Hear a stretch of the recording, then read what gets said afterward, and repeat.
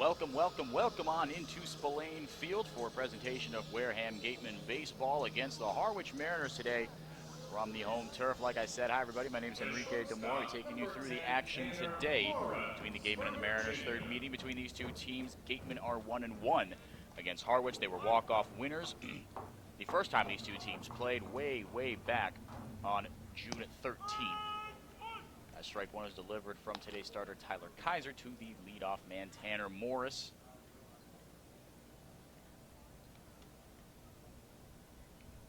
Morris, otherwise nicknamed Hollywood on this Harwich team. Why? Couldn't tell you, but that is the way it was presented on the original lineup card. So when I got the lineup card for Harwich, I got everyone's nicknames, and I had to do some deciphering. Everyone had a nickname. That one shot into right field way back and deep, and that's going to go. Tyler Kaiser gives up a solo shot to Tanner Morris, and just like that, Harwich up 1-0 with a line drive home run out to right field. Tanner Morris goes deep, 1-0 Mariners.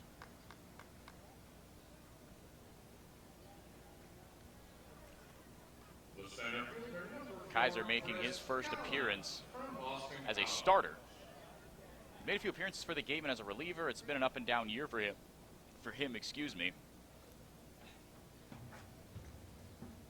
But it seems to have settled back into the rhythm he had the second time these two teams played. The only other time that the Gatemen have ever been shut out this year, besides the 3-0 loss yesterday to Falmouth, they were shut out 2-0 by this Harwich pitching staff. Falmouth and Harwich, the two best pitching staffs on the Cape.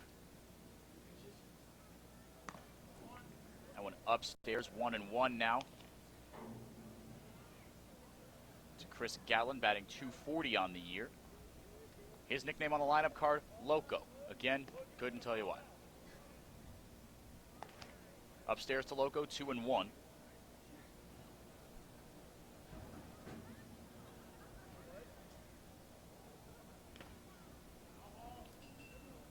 On deck, Shunky, otherwise known as Aaron Shunk. One of the all-stars on this Harwich Mariners team, hailing from the East Division. Aaron Shunk batting .313. But Tyler Kaiser, like I mentioned, he's a power arm, transferring from Eastern Florida State Junior College. Getting off to Miami next year. That one is hammered high and deep, but foul.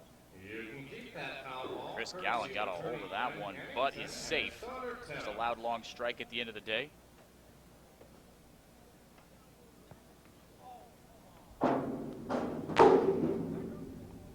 Taking through the defensive alignment here for the Gatemen. They did have some changes late, as Lyle Lockhart was a late scratch. That one in the dirt. And it looks like Drew Millis is down. He's in a bit of pain. His helmet comes off, and oh boy, I mean, if you were with us the last time the Gatemen played at home, the 8-2 win over Catuit, Drew Millis was hit by a foul ball that bounced into the plate and hit him in the groin. And based on the way he's hunched over right now, I mean, I hate to say it, but that might be what happened again. Which would be an unlucky streak of epic proportions.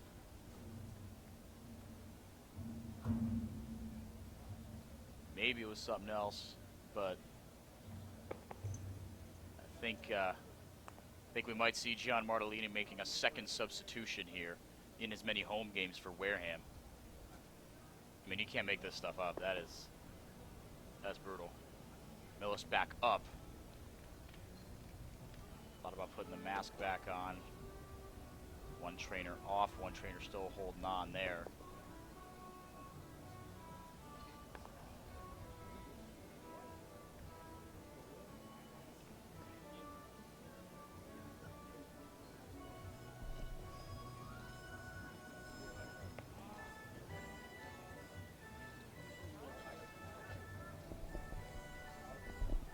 So as Millis recovers here and the trainers figure out the situation for the Wareham catcher, we're going to take a quick break. We'll be back soon to resume action at the top of the first inning from Spillane. 1-0 Harwich here on WCTV.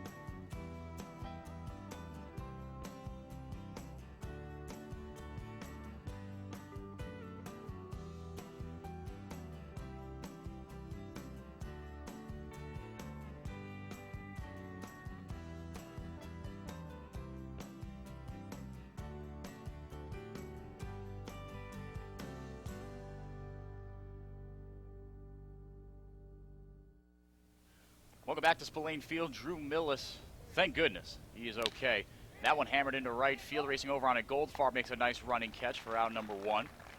Chris Galland is finally retired after an eventful plate appearance. You might notice it's not Isaac Collins out there in right field today. It is Jacob Goldfarb. As I mentioned, Lyle Lockhart was a late scratch, which forced shenanigans of epic proportions late here for defensive shifts for the Gatemen. Isaac Collins is back playing second base, which isn't unusual, but given the last few games, it is. But what is unusual is the guy playing first base, Austin Shenton. Yes, the third baseman, yes, the designated hitter. Is his first start at first base, first appearance at first base all summer anyway. That one is shot foul straight back. Kaiser working with the bases empty and 1 out after surrendering the solo home run to Tanner Morris to start things off here. But it's Goldfarb in right, Skylar Hunter in center, Jeremy Idens in left field. Jeremy Idens, one of 3 all-star starters in the West Division. Swing and a miss for strike 2. Jeremy Idens a starter, Sahid Valenzuela, who's playing shortstop today, a starter, and Austin Shenton at first base, a starter as well, but he'll be starting at third. From the pitching staff, Ryan Garcia, Easton Lucas, and Bryant Packard as well, those 3 reserves. Bryant Packard obviously not a pitcher, but Packard not here right now either.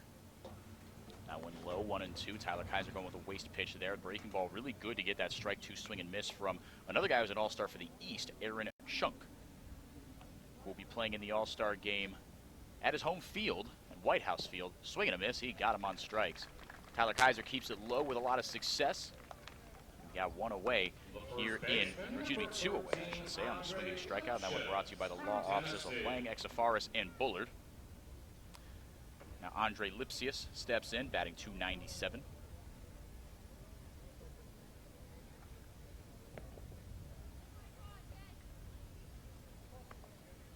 Lipsius playing first base today for the Harwich Mariners. 1-0 Mariners. So that one is in there for ball 1. Mariners sport the best pitching staff in the Cape Cod Baseball League. A lot of their wins have come in the 2-0, 3-1 variety, as they really don't give up a lot of runs. When they lose, also close. Some blowout losses. Their run differential at a +3. So very respectable considering they are 3 games under 500. In a very interesting East Division, I'm going to say he went around, appeal made to the first base umpire.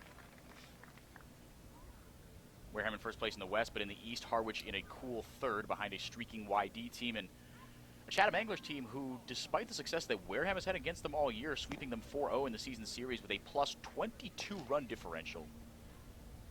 The Wareham Gatemen have had their way with the Chatham Anglers, but Anglers are in second. They've won, I think, 4 straight now. And they are a bona fide stud team in the East. 2-2 inside, 3-2.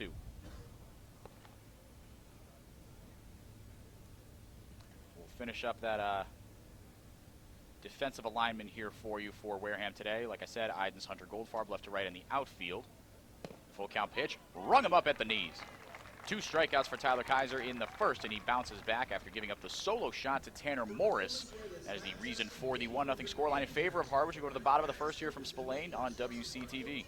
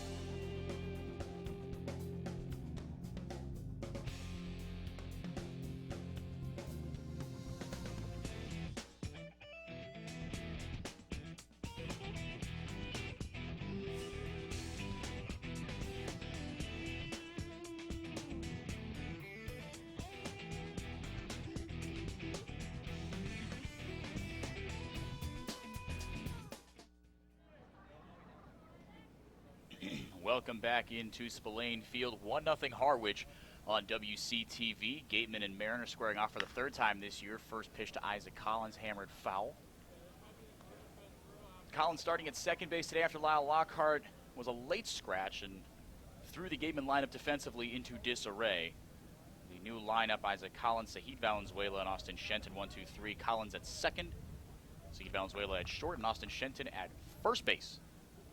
Third baseman today, Ryan Kreidler, the guy who's played third in and out for the Gatemen this year, and Pavin Parks batting in the 6th hole, will be DHing today. Strike 2 to Isaac Collins, fouled one off, took one at the knees. Collins, after going through an absolutely monstrous stretch at the plate, has quieted down. He's 0 for his last 7.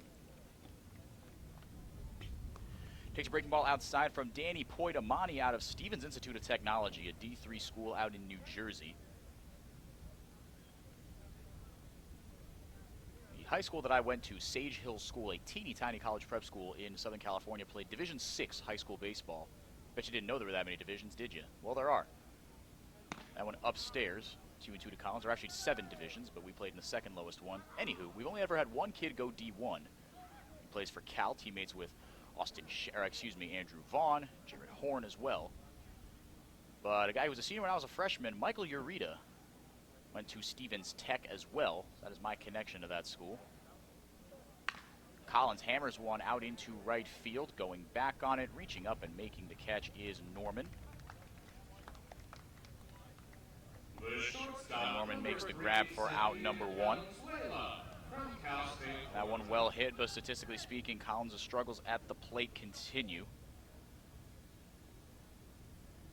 And now Zahid Valenzuela, the batter. Cal State Fullerton Titan, a late addition to this Gatemen lineup after his team was eliminated in the College World Series by the Washington Huskies in the Super Regional, missing out on a spot to go to that Final 8. And he came in late because of that, but has been producing at an unbelievable clip since joining the Gatemen, batting .328 on the year. And I don't have the exact splits in front of me, but the switch hitting Valenzuela as he cuts and misses on that one and push the count to 1-1. He's hitting equally well from both sides of the plate, which you really don't see. Usually, guys favor one side or the other. But Valenzuela, along with hitting equally well from both sides of the plate, he's hitting like .320, .330 from the right and left side. He has a home run from each side of the plate as well this year. He fouls that one off, 1-2. But Valenzuela, along with the 2 guys that follow him in the lineup today, Austin Shenton and Jeremy Idens, like I mentioned, will be representing the West Division, the Wareham Gatemen in the West Division All-Star lineup at the All-Star game in just a little bit here. That one bounced over to Morris across the diamond for a 6-3 putout. Gatemen go down 1-2 here. Austin Shenton trying to break that. The first baseman, number 12, Austin Shenton from Florida International. Shenton did have one hit, one of only 3 Gatemen hits in the loss yesterday to Falmouth, a loss that saw the Gatemen strike out 11 times. Falmouth pitching was dominant in that one. Started off with Tyler Dyson out of Florida, struck out 8 Gatemen in 5 innings of work. Mitchell Miller, who we know, and Nick McColajak shut the door and combined 3 innings of work in relief. Shenton keeps hitting at a consistent rate. Best pure hitter in the Cape. The only one that maybe rivals that nowadays, or that is still in the Cape League, I should say, would be Matthew Barefoot, probably out of Hyannis. But Shenton, along with his teammate Jeremy Idens, who waits on deck, another West Division All-Star starter, hold 2 of the top 6 spots as far as batting average across the entire Cape League. That one called a strike on the outside corner to Shenton. 0-2 now to the Gatemen first baseman today.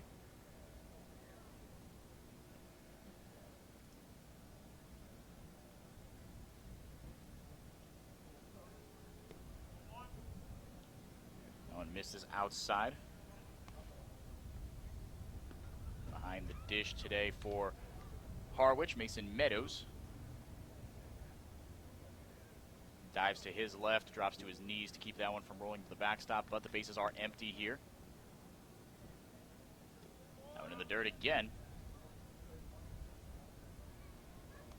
see the shift there on Austin Shenton. The last home game, the Katuah Cavaliers just straight up put 3 guys on one side of the infield and had the third baseman play his normal spot. Shenton bunted for a base hit in a truly savage move to get himself on base last game against Katuah. That one weakly popped up into shallow left field. Coming in on it is Eichhoff, and he makes the catch. The Gatemen go down 1-2-3 in the first inning. They still trail the Mariners 1-0. We go to the top of the second here from Spillane Field on WCTV.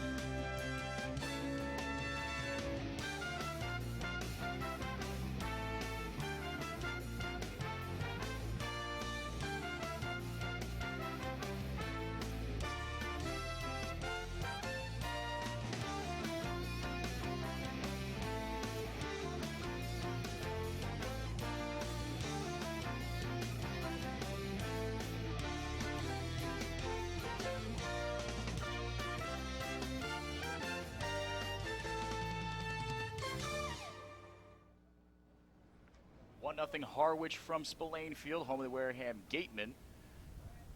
Both teams trying to snap losing skids, although the Gatemen have only dropped 1 in a row, so it's tough to call it a skid, but both teams losers in their last efforts.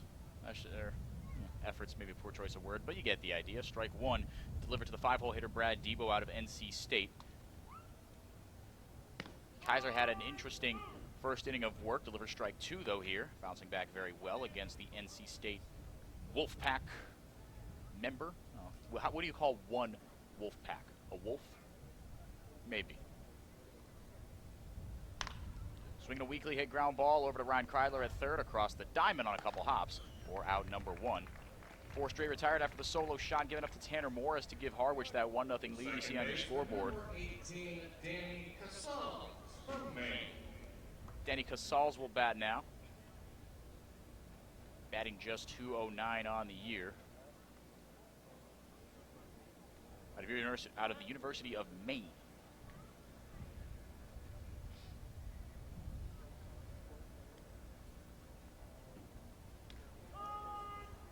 Strike 1, despite it being dropped by Drew Millis, who a bit of a scary moment in the last inning as he got hit in the groin again in back-to-back innings that he has caught behind the dish. Has taken a baseball to a very painful spot, but he's okay this time around. 0-1, absolute missile into right field, playing on one hot. It's going to get behind him. Jacob Goldfarb completely misplayed it. That is going to roll all the way to the wall. Goldfarb able to corral it though, but over to second easily is Danny Casals. The right fielder, number 19, Tough mistake there. I mean, that one was hit on an absolute frozen rope. And Goldfarb came in on it and tried to just hold up when he realized he wasn't going to catch it out of the air. I played off a hop, but he tried to play it to his side instead of just sticking your body in front of it. I mean, I guess I can't blame the kid, as that one, like I said, was hit pretty hard. You don't want to take that one off the chest, no matter how many bases it saves you. But Goldfarb out there in right field misread it. Now, with a runner in scoring position, are the Harwich Mariners trying to double up Wareham here early. With strike 1 delivered now to Ben Norman.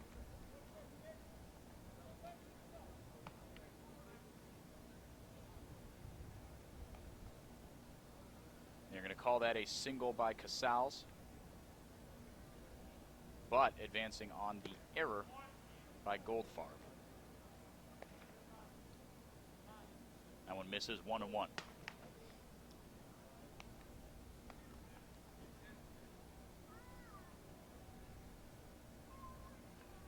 Harwich battling mediocrity all year with an offense that has been whatever's one step above anemic, but their pitching staff has been dominant. Consistently throughout the summer has been the best in the Cape League. I think it's really tough to argue otherwise.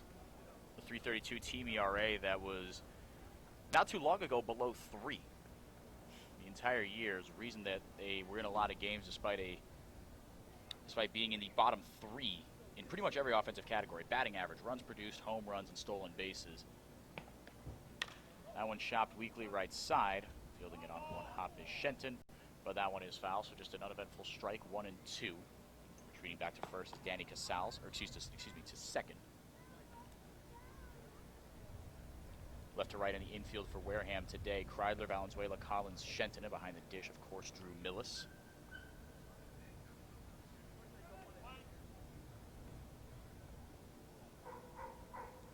One nothing Harwich. We're in the top of the second inning.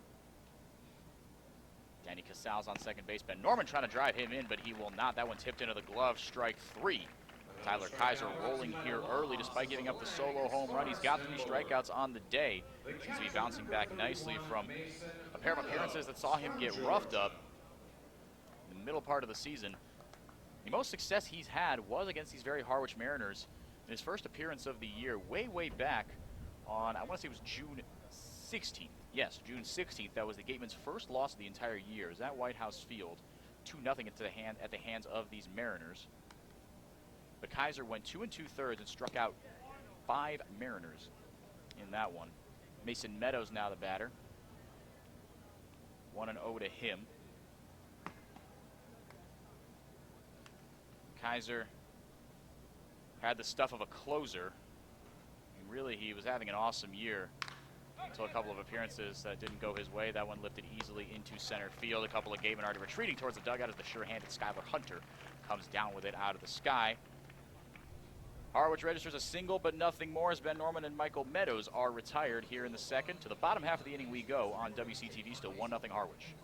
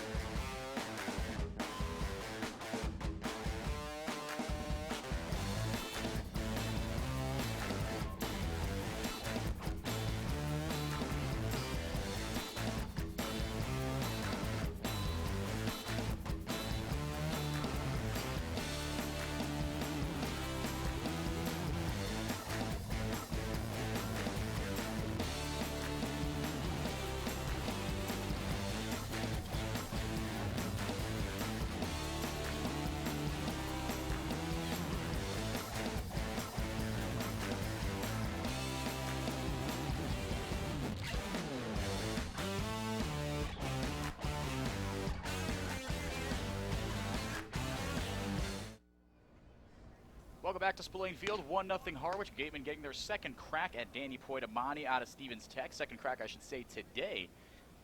As Poitamani, a bit of an interesting season on the Cape so far. He's made 4 appearances, 2 against Wareham, 2 against Orleans. As Iden skies that one foul to the right side, 1-1 to the Gatemen left fielder. It'll be Idens, Goldfarb, and Parks to face Poitamani, who was cut after 3 appearances for the Harwich Mariners, but then re-signed later in the year. So he had 3 appearances in June, got cut, and then in mid-July, ripping a miss at that one from Idens. And then in mid-July was re-signed, pitched a little bit against Orleans, nothing special in that outing, 3 innings, 2 runs, 2 hits, very serviceable, but this is the first action, or the second dose of action he's seen since being re-signed by Harwich. He's back out on the cave to play a second go-round this summer. He winds up and deals in the dirt, 2-2.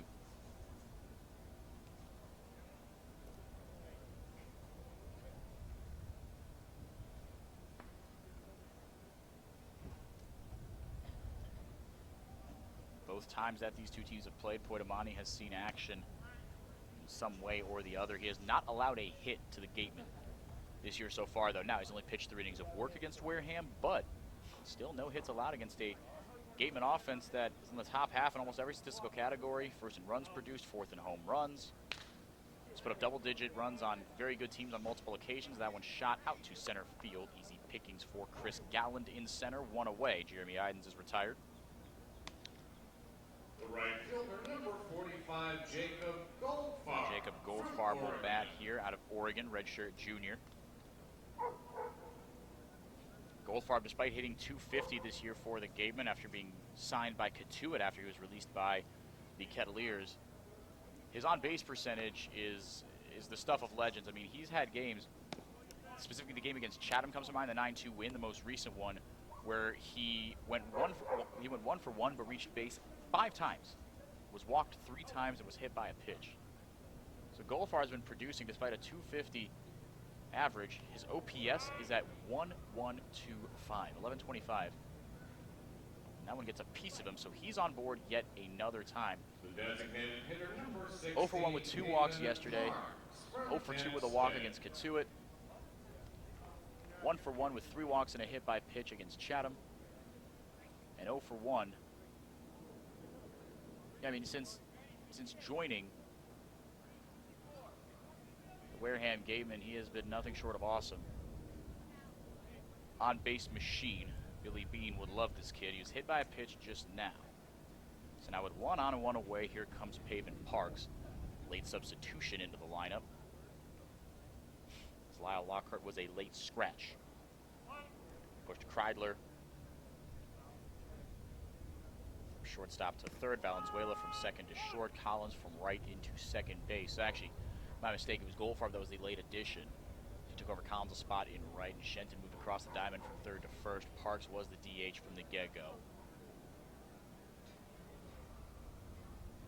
Leading on the 0-1 offering. And the dirt, the count evens now. Well, it's incredible to stay on Goldfarb for a bit longer about the clip at which he's produced for Wareham. I mean, he's 2 for 8 this year with 3 runs scored and a pair of RBIs, which isn't stellar. That's very good.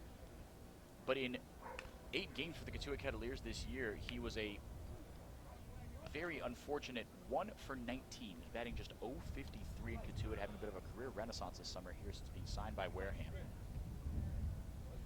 Now to show the league what he's got, with a vengeance.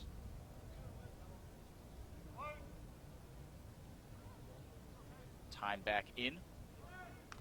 The pitch, rifled straight back.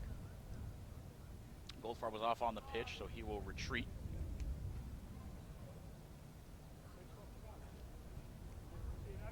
Gatemen have been fans of the hit and run recently. Tried to execute that on multiple occasions. Not with a ton of success, though, unfortunately for Wareham.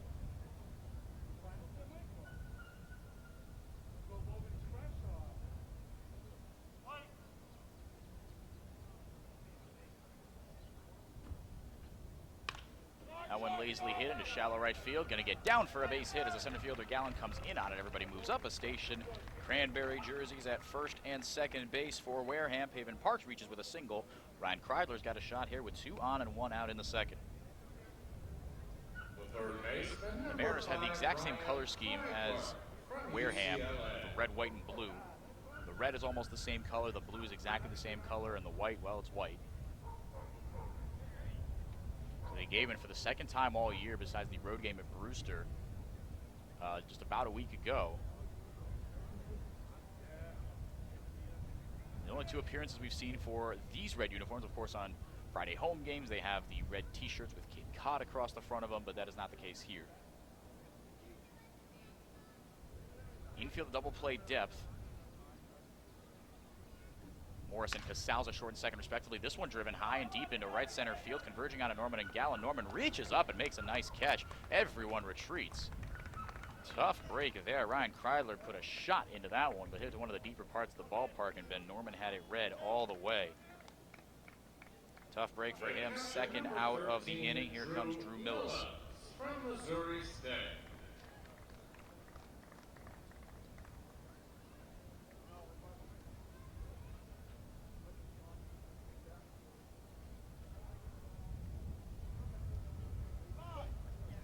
Getting word here from sources down by the dugout that Tyler Kaiser is done for the day, not because of any injury or anything like that, but that was just kind of the plan from the get-go.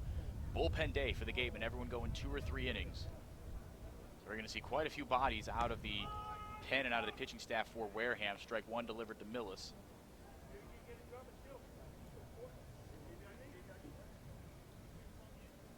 Two on, two out. Gatemen trying to get on the board here. They trail the Mariners, I should say, 1-0.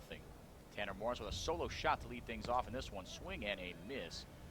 Really good breaking ball out of the hand of Poitamani. 0-2.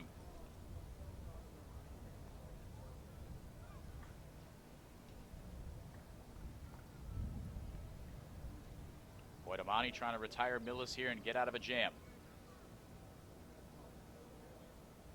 Comes set, deals. That one shot straight back. Millis stays alive, 0-2.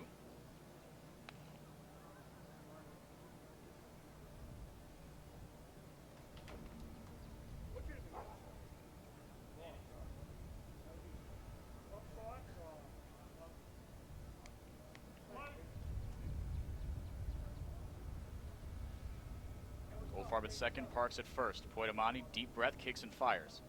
In the dirt, Millis takes it for ball one.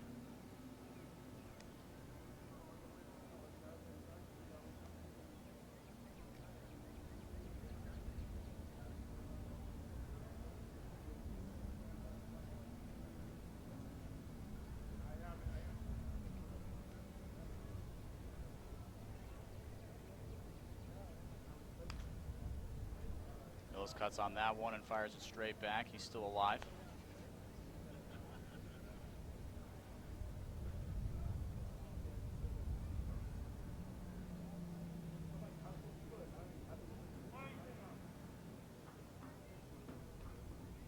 Now ready again with the 1-2.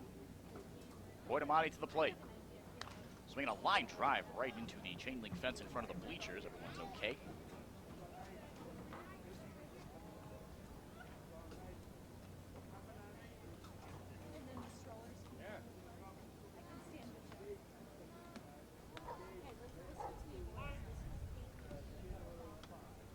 Gatemen chasing one. Millis putting together a heck of an at-bat, the 1-2. Swinging a little dribbler foul, almost the same spot.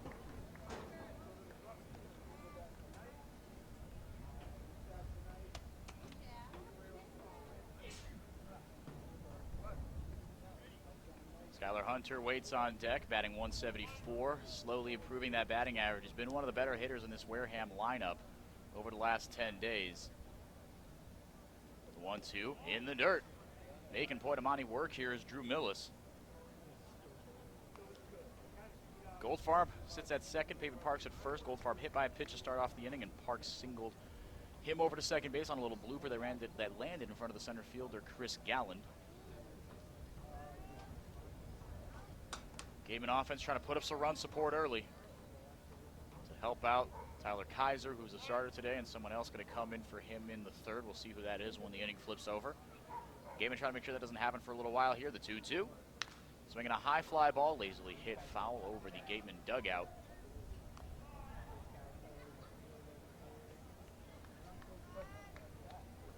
Tenth pitch of the at-bat coming up here for Drew Millis. Has stretched Poitamani's pitch count now to 38. That is the 38th pitch coming out of his hand in just a second here. Infield straight up with 2 down for Harwich. The 2-2 pitch. Taking off from second. Goldfarb down. He is safe. Comes the official call from the third base umpire. That one was ball low.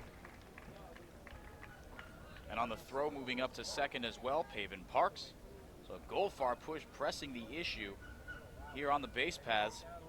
And now with one swing of the bat with just a base knock, Drew Millis could give the Gatemen a 2-1 lead. Payoff pitch from Poitamani with 2 down. Swinging a chop, left side.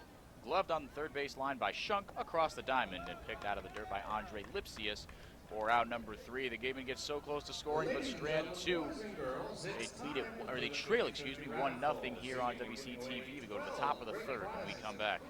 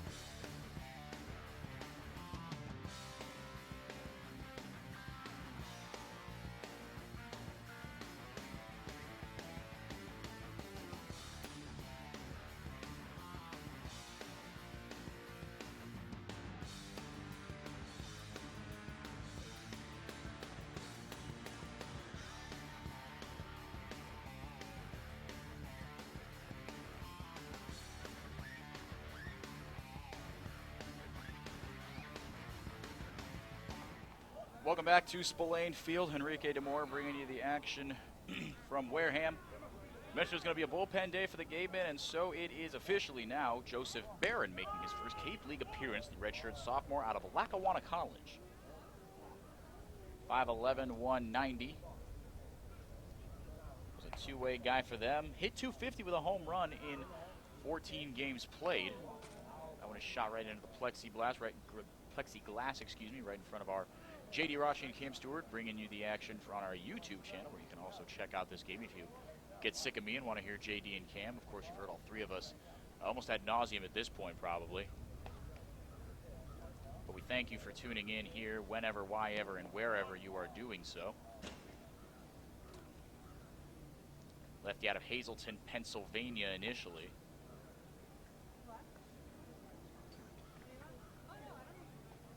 1-2 here to Nate Eichhoff, 9-1-2. Eichhoff, Morris, and Galland set to go for Harwich. That one tipped, strike three, but rolls all the way to the backstop. Millis fires over to first, not in time. Unable to complete the strikeout of Eichhoff is Drew Millis, despite a nice throw to Austin Shenton. Took an unfortunate hop off the bat of Eichhoff, so he's aboard here. First strikeout of the day for Barron, though. Tyler Kaiser, like I said, his day is done. 32 pitches, only threw 10 balls. Really impressive stuff from him. 2 innings of work, 2 hits, 1 earned run. No walks, 3 strikeouts. One of those hits, of course, that solo shot. Leadoff home run by Tanner Morris to give Harwich that 1-0 lead. And now here he comes again. This time with 1 on and nobody out. Takes ball 1 inside.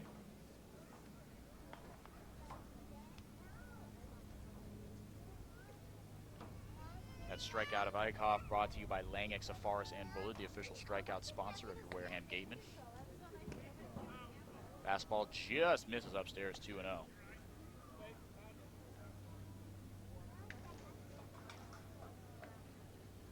Barron, an excellent year at Lackawanna College, 1.58 ERA, and his K over 9, for those who don't know, that's how many strikeouts he registers every 9 innings, truly ridiculous. 11.43, 58 strikeouts compared to just 9 walks for this kid. Really impressive stuff. Gave up just 8 earned runs in 45 innings of work.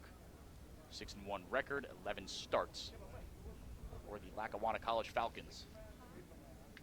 That one chopped right side foul. Justin Shenton takes a look at it and watches it roll up the chain link fence bordering right field.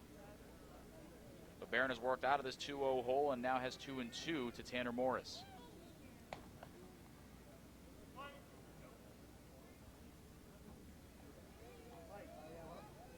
The 2-2. Swinging a hard ground ball at right side. Collins giving chase. He's not going to get to it. That'll roll into center field for a base hit. Goldthorpe scoops it up. Gets it into his infield. First 2 men aboard here for Harwich in the 3rd inning. Chris Galland will bat with 2 on and nobody out.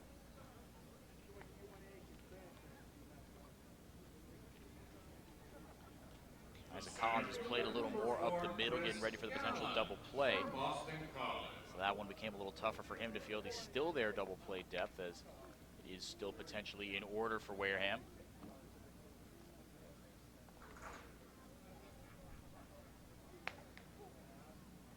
So Tanner Morris out of Virginia with a single. And now Chris Galland will bat here. But not before time is called, and Drew Millis goes out to talk to his pitcher, Joseph Barron, again making his Cape League debut today.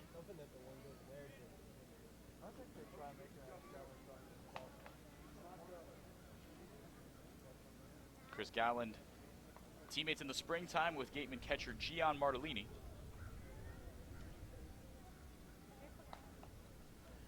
Galland 2 years younger than Martellini, though, just finished up his freshman year at BC. 6 foot 190 righty out of Sudbury, Massachusetts.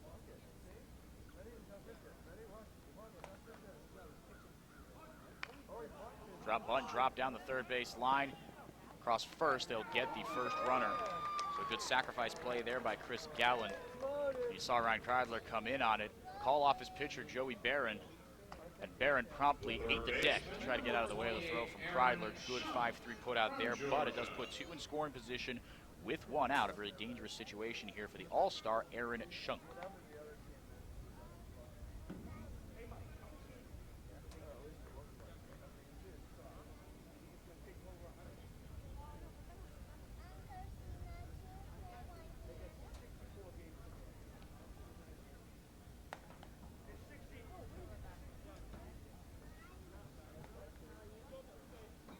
Shunk out of Georgia. Sharp breaking ball out of the hand of Barron, in there for strike 1.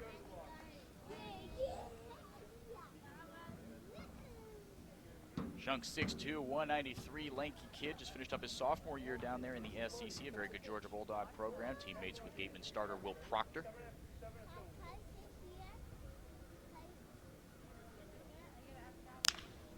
That one sharply hit third base side, could be 2, over to second for 1. Across the diamond, a 5-4-3 double play. Record the first 2 outs of the inning. That double play is brought to you by TM Rider. The double play brought to you by TM Rider Insurance. Package your home and auto insurance for the perfect double play. TM Rider, steering and securing your course for insurance since 1877. Number 13, Andre Lipschitz from Tennessee. So I think I actually owe you guys an apology. I think I misrelayed something. It's Chris Galland. He actually reached on that bunt. That's my apologies. I just, not on purpose, but I did lie to you guys. That's my bad. And so coming in to score on that was Nate Eichhoff. But Shunk does not get the RBI, fun fact, because there are only a couple situations where you drive in a run and don't get an RBI, and bouncing into a double play is one of them because you trade 2 outs for 1 run, so it just kind of feels weird to give you an RBI as a batter when you produce reduced 2 outs, even though the Harwich Mariners now do have a 2-0 lead.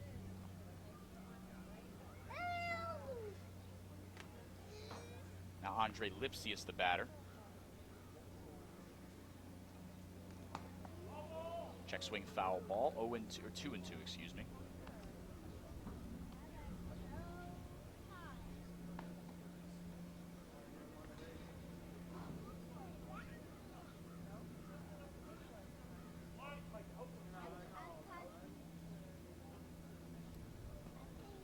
Lipsius wait on the 2-2, cuts and misses at a low pitch at the knees. Joey Barron gets out of the inning, but the Mariners do get one more. They lead it after 2.5, 2-0 here at Spillane Field. Bottom of the third coming at you when we come back on WCTV. Stand up and shout if you want a soft baseball.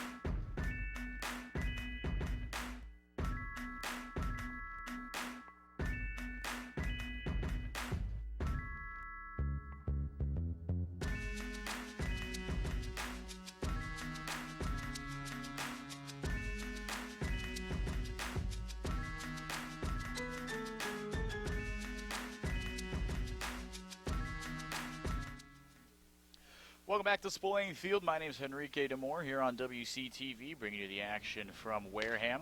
Home team down 2-0, and Skylar Hunter lifts a fly ball into deep left center field. Kind of kept on carrying on a windless day here at Spillane, but back on it, Chris Gallen makes the grab for out number 1. 1 pitch, 1 out in the third inning here for Danny Poitamani out of Stevens Tech. The second baseman correction, the second baseman, number 10, Isaac. Hit it a long way, Great. but nothing doing. Isaac Collins now the batter, playing second base today. It's where he's used to playing. As a Creighton Blue Jay, and early on this season as a Wareham Gatemen, with the addition of Sahid Valenzuela and Ryan Kreidler, and the way they've been producing at the plate.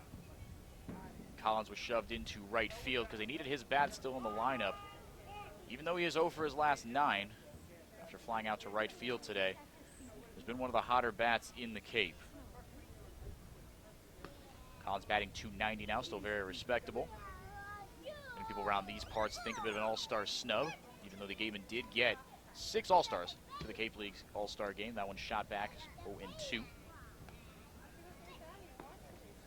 YD the most all-stars with 9. They make up almost half the East Division starting lineup. YD, one heck of a team out there in Yarmouth Dennis. Falmouth and Wareham both with 6. Most in the West Division, second most all around. That one a weak dribbler, first base side. Collins went fishing, protecting on 0-2, and that is where the count will stay. 1 away, bases empty here in the bottom of the third inning. A solo shot and a double play by Tanner Morris and Aaron Shunk, respectively, have driven in the 2 Harwich runs today. This 2-0 scoreline may be a little familiar, as the Gatemen lost 2-0 to the Mariners last time these two teams played over White House Field. In the dirt, 1-2. 3-2, the Gatemen were winners, though, the first time they met here at Spillane Field. First walk-off win of the year for Wareham.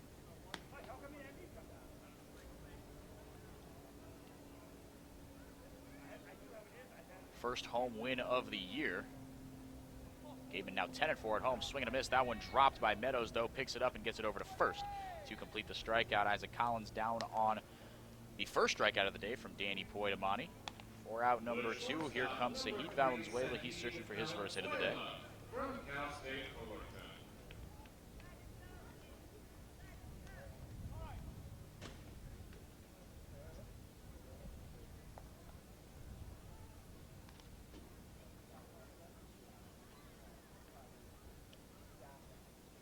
Valenzuela, another all-star on this Gateman team, along with the 2 guys after him in the lineup, both starters, Shenton and Idens.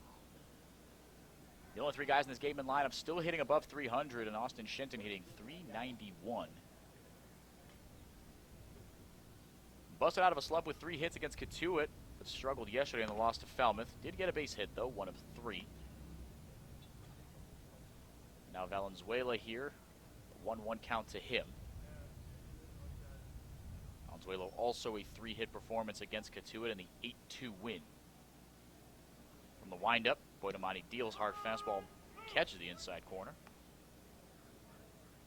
1-2 with 2 down. Poitamani has been masterful through his first couple of innings. He hit Jacob Goldfarb to give up a bloop single to Pavin Parks, but other than that, nothing but zeros for Mr. Poitamani. The 1-2. Way in the dirt, bounced about 5 feet in front of the plate. Poitamani visibly frustrated with himself, but still has a 2-2 count.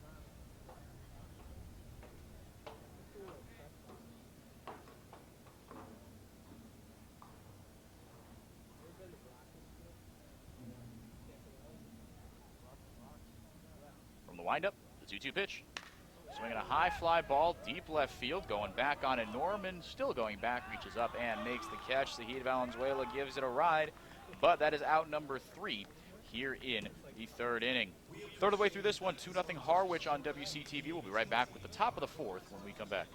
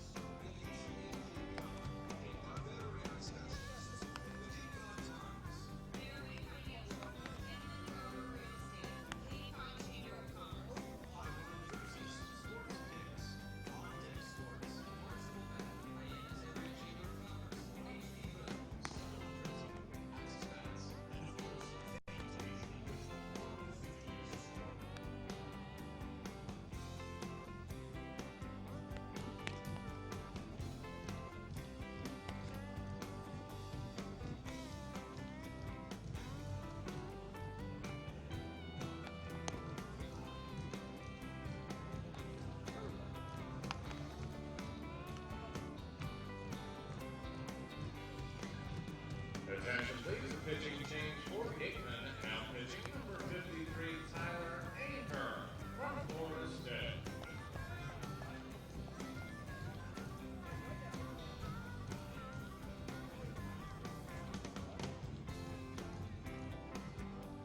This pitching change is brought to you by Midpoint Club on since 18-hole championship golf course. The designated hitter number 35, Brad Tebow from North Carolina State. Welcome back to Spillane Field, 2-0 Harwich. We're in the top of the 4th inning. Another pitching change for your Gatemen in this one, as was the previous one that brought Joey Barron into the game, brought to you by the Bay Point Club. Onset's 18-hole championship golf course with a driving range open 7 days a week and senior discounts offered every day and always welcome to the public. So go, get to the point. That one sharply hit to Collins at second base. Easy pickings for the Creighton Blue Jay, and out number 1 is recorded for 3 for those you keeping score at home. Now as Danny Casals comes to bat, Brad Debo, the designated hitter, retired on that one. Tyler Ahern is the new arm for Wareham. Ahern out of Florida State. few innings of work for him. He's been in and out as a bullpen guy. ERA, a little bit inflated. He has had one start. He picked up the loss in it against Yarmouth Dennis. Made his debut at Hyannis. That YD lost 6-5 here at Spillane. Tough one. That one ball low, 1-1. Ahern a 6.42 ERA, he's 0-2 on the year. 4 strikeouts in 7 innings, but only 2 walks. The 9 hits are the concerning part, though. That one misses outside. 2-1.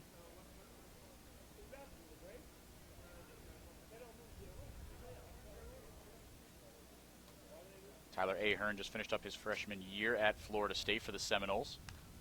That one lifted over the John H. Wild press box, 0-1, or 2-2. Strike one, or that was a strike. There was 1 strike on that pitch, 2-2. My apologies, a little tongue-tied today.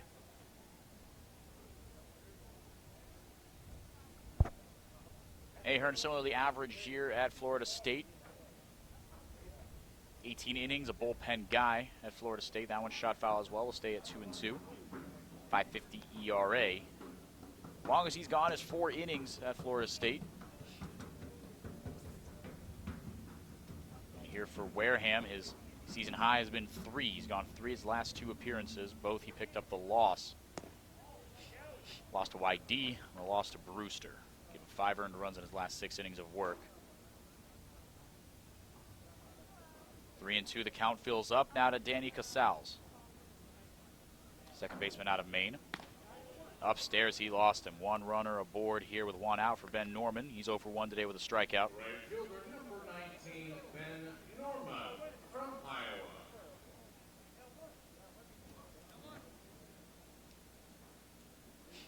Ben Norman comes to bat.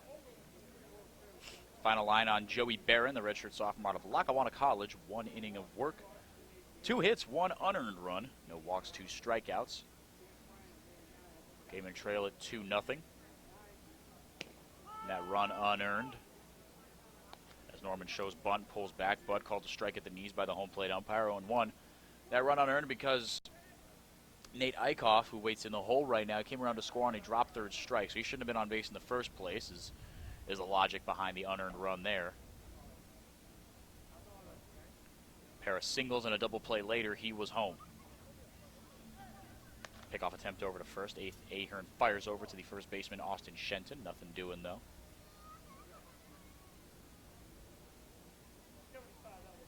Gatemen trying to pick up their 18th win of the season and their 11th one at home. They are 17-11-1 this year.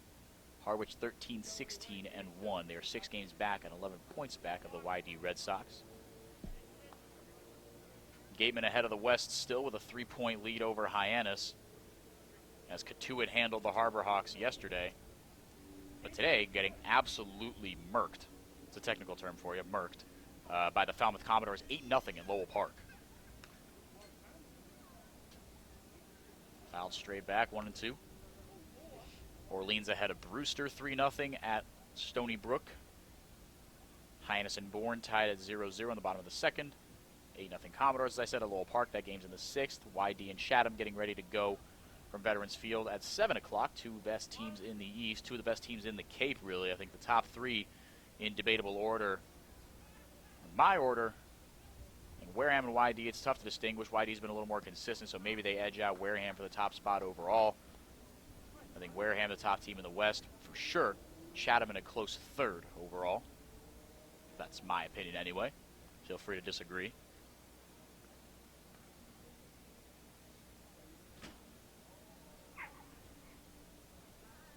One-on-one out here in the 4th. Harwich trying to add to a 2-0 lead. Ahern will step off.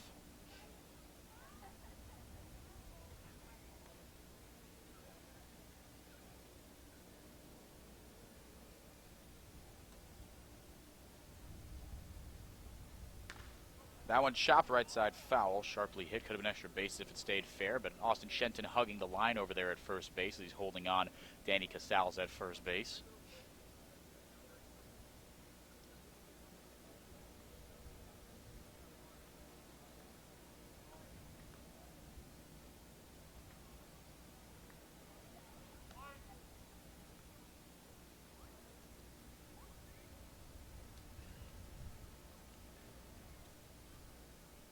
Van Norman out of Iowa. Waiting on the pitch. He gets it. It's a fastball that misses up and a way to push the count full.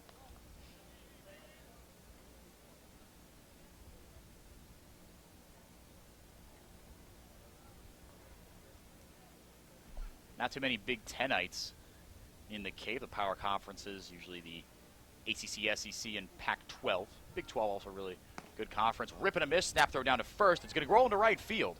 Austin Shenton missed it as it went wide right of him out of the hand of Drew Millis. Goldfarb corrals it and pushes it into his infield. But the strikeout is recorded of Ben Norman. So first of the day for Tyler Ahern. 2 away, but over to second goes Danny Casals. Probably be chalked up to an error to Drew Millis, and it would be the second one of the day for Wareham. Mason Meadows from Georgia.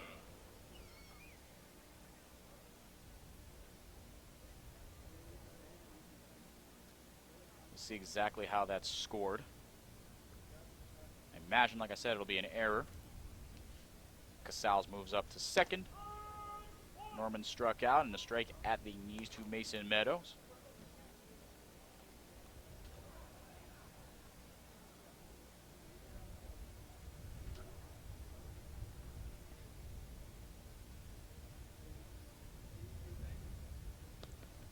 Nate Eichhoff, the left fielder, waits on deck.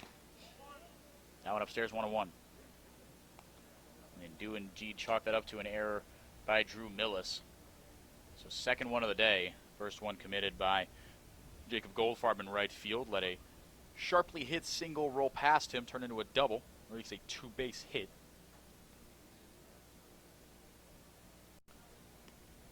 Ahern set with 2 down. Checks the runner once, twice, goes forward. Breaking ball, chopped foul.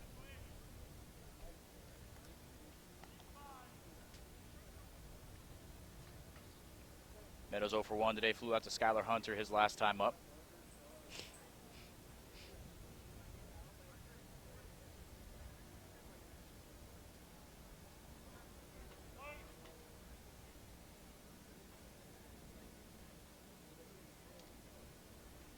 Meadows and Ahern playing a little game of chicken over there.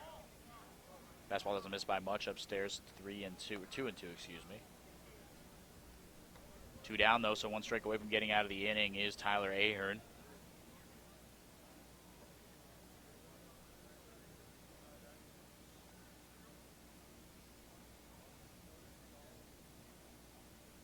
Ahern checks the runner. Dancing out there at second is Casals. Goes forward with it, the 2-2 upstairs, moves the count full. Ahern has been zipping the fastball. Has not had as much success with command as he would like. And Meadows is the guy you want to nail down here, batting just 0.67 on the year, and he's 0 for 1 today. 3-2 pitch, swing and a miss. He got him on strikes. Gives up the walk, but strands him at second. Does Tyler Ahern. We go to the bottom of the 4th. Still 2-0 Harwich on WCTV.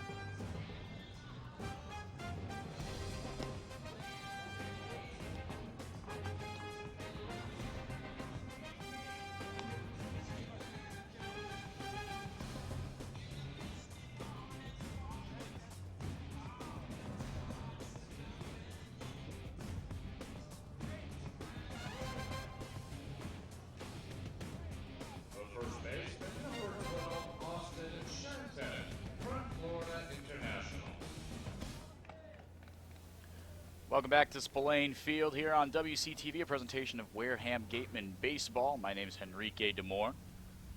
Thank you to the entire WCTV crew for keeping me on the air and in your ears and on the TV screen as well. 1-0 now to Austin Shenton. Danny Poitamani still out there for this Harwich pitching staff that has given up just the one hit, 2 base runners total. Living up to their reputation, Harwich all season has been the best pitching staff in the Cape League. A 3.32 ERA coming into today, which for those of you who don't know, that is very good for a full team ERA. And for much of the season, it was sitting under 3, which is very impressive for any individual pitcher. For the entire team to average that, really, really impressive stuff. 2-1 to Shenton.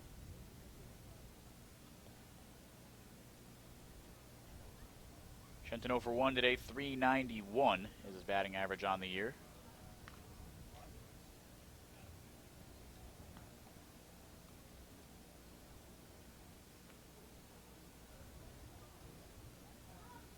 Gatemen trying to bounce back from a 3-0 loss to Falmouth yesterday.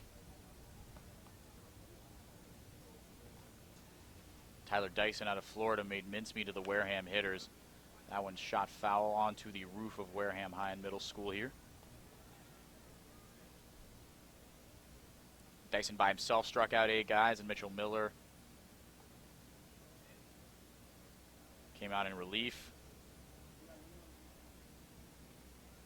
11 total strikeouts for Falmouth, another great pitching staff, and they actually have a 3.32 team ERA as well. So them and Harwich, the 2 best on the Cape by far, but both of them with an offenses that really have not been great all year. A lot of low-scoring affairs. And even with the Gatemen, despite their 1-1 record against this team, the scores have been low. That one skied into left field, going back on it, still going back. Norman makes the catch. Well done by him. Or, excuse me. That is Nate Eichhoff. My apologies, my orientation's a bit off here as I'm in center field. So to my right is the left fielder, Norman. My apologies. Long F7 for those of you keeping score at home. Number 7, Jeremy Ivins from UCLA.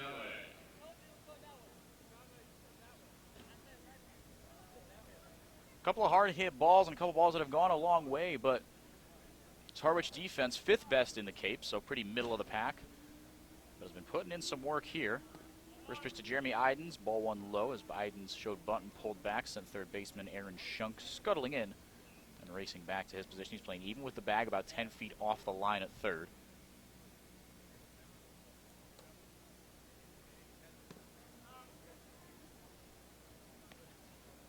Ball 2 to Idens.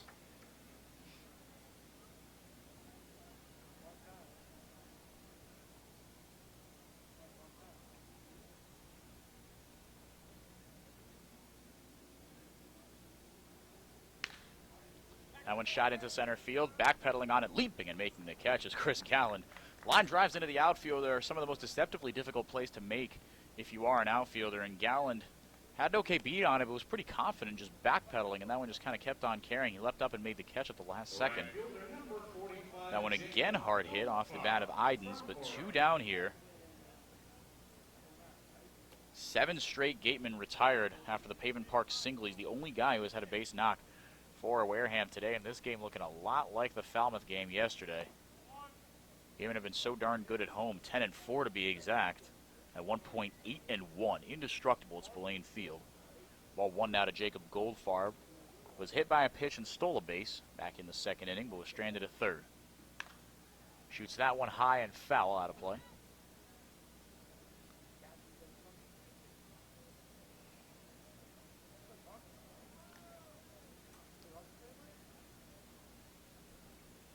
Three different pitchers used by Wareham. Kaiser, Barron, and Ahern, respectively, but Poitamani, the only pitcher for Harwich, and he registers another out on a 4-3 putout of Jacob Goldfarb. Cruising through 4 are the Harwich Mariners. They lead it 2-0 over the Gatemen and go to the top of the 5th on WCTV. Bo Jackson card from Gary Gatemen. Please report to the concession stand. You have won a prize. Once again, we're looking for the lucky fan who received a Bo Jackson card from Gary Gatemen. Congratulations, you have won a prize. Please report to the concession stand.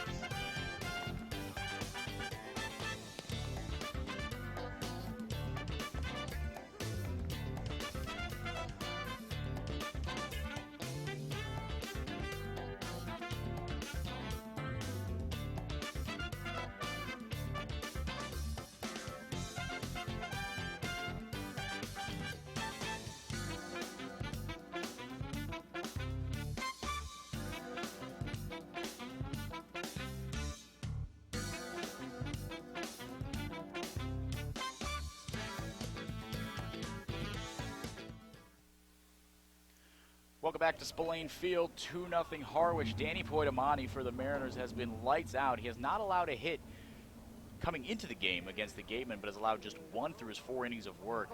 Really impressive. The last 2 outings for him against the Gatemen were shorter relief appearances, but now combined 7 innings if you look over his last 3 starts. If my mental math is correct, I'm pretty sure it is. Still just the 1 hit. In his 2 other outings against Orleans, he has been roughed up a little bit, but he's been stellar. He really has, out of Stevens Tech. Just finished up his junior year there. Tipped into the glove of Millis. Boy, oh boy, he's taking a beating. Poor kid. That one might have caught a finger. Millis holding his glove hand in a little bit of pain. He waits for the home plate umpire to dust off home plate before we get things going again. Tyler Ahern back to work through 22 pitches, registered 2 strikeouts. Also walked Danny Casals back in the 4th inning. Now Nate Eichhoff is the batter.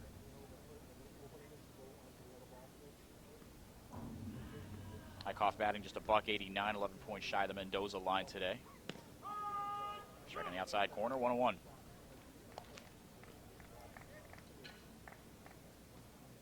Eichhoff out of Virginia. His teammate Tanner Morris waits on deck.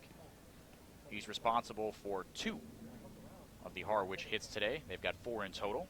And one of the runs, a solo shot to lead things off Tyler Kaiser. Made it 1-0 before anyone could even blink, really, at Spillane here.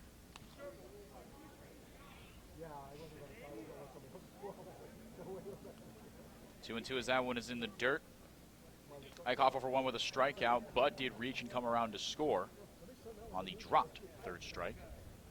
5'11", 190 junior, originally out of Bristow, Virginia. Hammers that one on a missile right into the tarp. Covers a chain link fence just shy of right field and foul ground, so 2-2 still.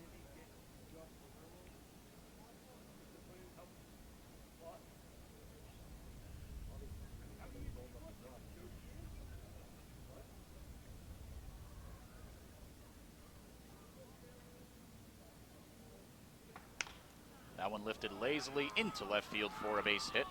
It'll dribble into the glove of Jeremy Idens, first man aboard here. Nate Eichhoff making good of both of his plate appearances. He's reached base for the 2nd time today. Now here comes Tanner Morris, like I mentioned, 2 for 2. Single, a home run. Run scored at an RBI, obviously. Both came on that home run. Was stranded at 3rd back in the 3rd inning, though, after singling his way on.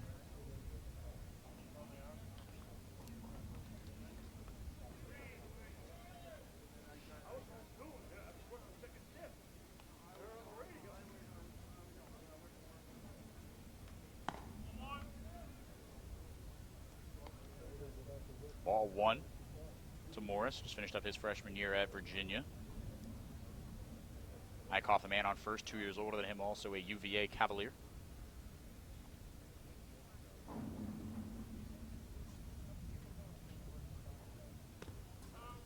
Breaking ball cuts a little bit, but is a little too far outside to the lefty, Tanner Morris.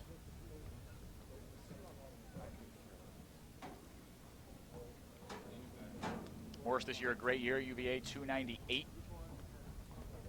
Just 2 home runs and 9 doubles, but 59 hits. 20 RBIs as well.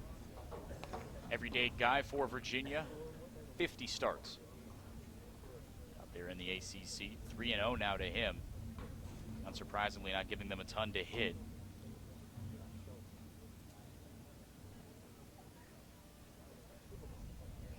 Three-oh pitch. Get me over fastball, does just that. 3-1 to Morris. Chris Gallant out of Boston College waits on deck. He's 1 for 2. Top of the order, doing a lot of work today for Harwich. They lead it 2-0, like I said. The 3-1 pitch coming up here from the righty Ahern. Here it comes. Upstairs, he lost him. 5-pitch walk puts Tanner Morris aboard, which, given how he's been swinging the bat, a walk might not be the worst-case scenario here. Morris batting .341 already this year, and Chris Gallant now the batter, batting .245. That'll move his teammate Nate Eichhoff over to second base. Pair of Virginia Cavaliers on the base paths. Middle infield ready for the double play for Wareham. Skylar Hunter, or excuse me, don't know why I said that. Isaac Collins over at second base, along with Sahid Valenzuela at shortstop, ready for that double play. Ryan Kreidler over at third, playing in the cutout.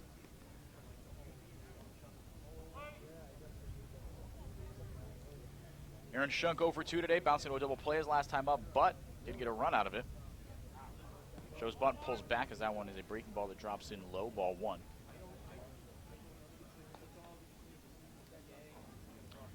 Ahern in his second inning of work. Joseph Barron and Tyler Kaiser, his predecessors today.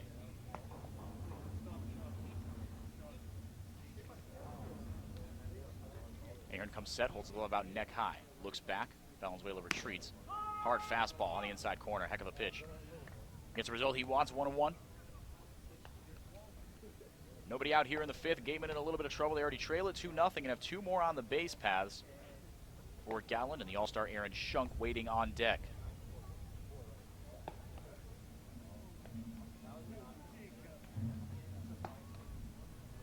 That one skied foul over the first base dugout.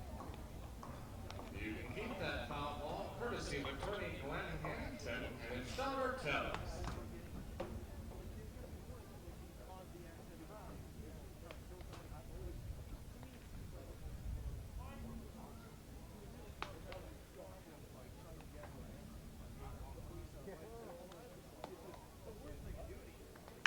That one shot into right field for a base hit. Moving over from second to third is Nate Eichhoff, and that's where he will hold up. Bases loaded, nobody out for Harwich. Offense coming alive for the Mariners. Gatemen have stayed silent offensively. Pitching coach out to the mound to discuss strategy. You can discuss A mound visit here. Jim Lawler out there to talk to Tyler Ahern. Who sponsors this trip to the mound? He's out there to discuss strategy moving forward. Here's the Gatemen try to get out of a bases-loaded jam that sees Nate Eichhoff over at third, Tanner Morris at second, and Chris Galland at first with the single out into right field, his second of the day. Aaron Shunk will be the batter here. But you yourself can discuss investment strategy with Joe Crespi from Merrill Lynch, who sponsors this trip to the mound.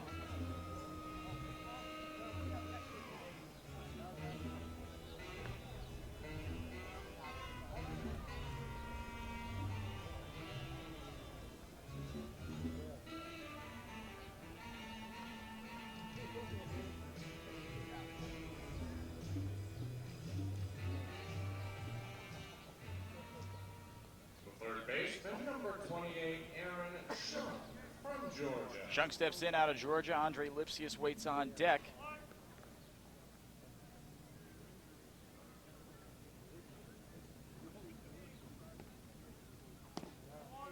Ball one delivered from Tyler Ahern. See a little bit of action in the Gatemen bullpen. Right-handed arm getting loose. Couldn't tell you exactly who it is, though. Going to take a Herculean effort here from Ahern to get out of this one unscathed. Chopped right side. This could be two. Collins over to second for one. Valenzuela over to first. In time, a 4-6-3 double play. Gets two huge outs. But scoring from third is Nate Eichhoff. And for the second time, to make it 3-0 Harwich, he has scored on a double play. And that double play coming again off the bat of Aaron Shunk. So Aaron Shunk is bouncing to two double plays today, but has produced 2 runs. He's get 0 RBIs for them. That double play again brought to you by TM Rider Insurance, where protection is the best policy, where great protection is the best policy. My apologies. So 4-6-3 for those of you keeping score at home. Collins over to Valenzuela, across the diamond to Shenton. Swinging a foul off the bat of Andre Lipsius. Tanner Morris over to third on that one. Chris Galland getting down on the base paths. Andre Lipsius out of Tennessee, batting .291 on the year after an 0-for-2 performance so far today.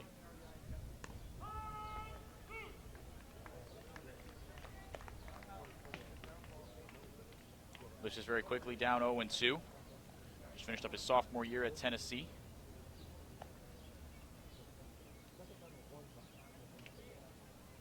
Breaking ball way in the dirt. Millis sacrificing his body today. Drops to his knees, shuffles over to the right. The catcher from Missouri State prevents that one from going toward the backstop, potentially saving the 4th Harwich run of the day. Harwich one in the first, one in the third, one in the 5th. Solo shot and a pair of double plays have brought in the 3 runs today for Harwich. That one lasered foul over the first base dugout. We'll do it again, 1-2.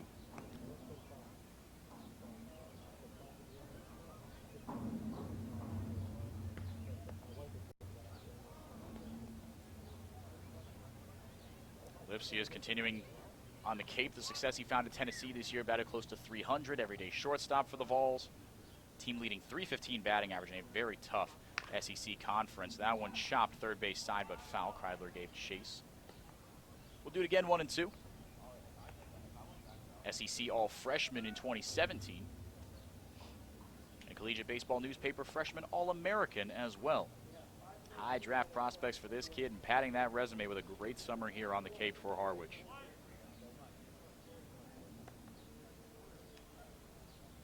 From the windup, Ahern deals. In the dirt, good pick by Millis, ranging over to his right.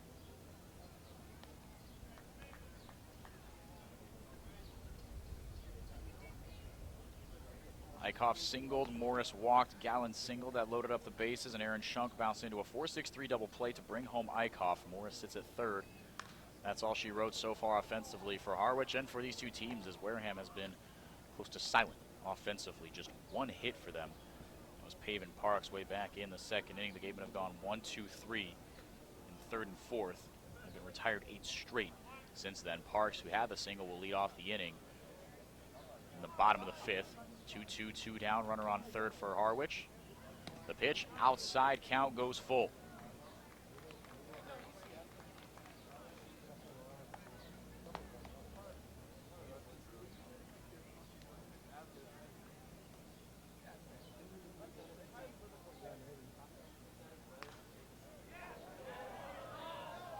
That one skied foul again.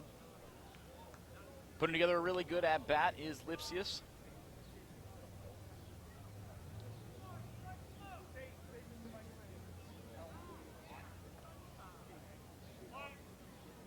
Wareham trying to maintain that 3-point lead they have over Hyannis in the West. Another 3-2, another foul ball. Lipsius driving up the pitch count here.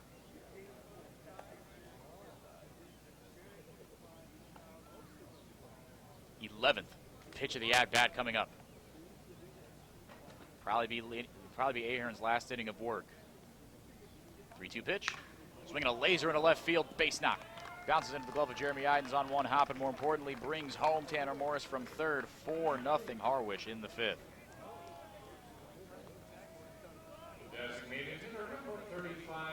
30 pitches total just this inning for Ahern. That'll bring it up to 52 on the day as he threw 22 back in the fourth. Andre Lipsius comes through with a base hit, clears the bases. But he sits on first here with 2 out. Now Brad Debo out of NC State, the batter, designated hitter today for the Harwich Mariners.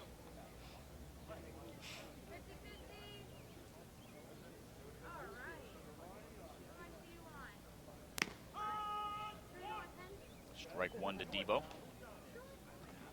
Hit .253 this year, his sophomore year at NC State.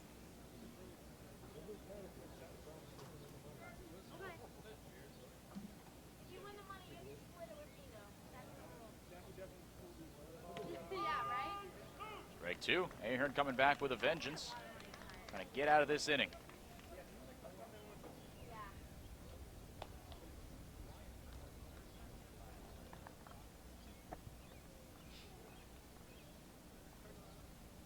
Righty on lefty.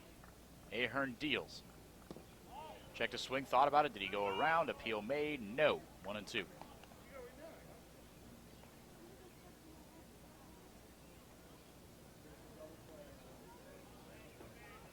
Debo, like the guy before him, ACC All-Freshman instead of SEC, but Collegiate Baseball Freshman All-American, Baseball America Freshman All-American, both those accolades coming in 2017.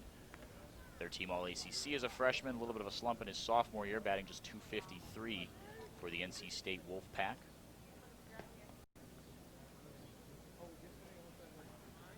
Man on first, 2 down. Harwich gets 2. They lead it by 4. 4-0 at Spillane.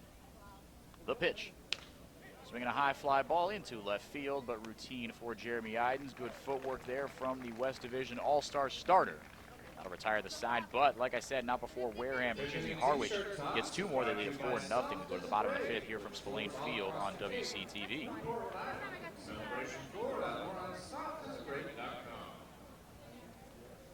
Robertson's GMC is proud to be the official sponsor of the 2018 Gatemen Youth Clinic. Don't forget to check out the GMC truck of the game located next to the brick Tower of Power in left field. Tonight's vehicle is a 2018 Yukon Denali. Robertson's GMC, the truck professionals. We are professional grade. Power like a pro.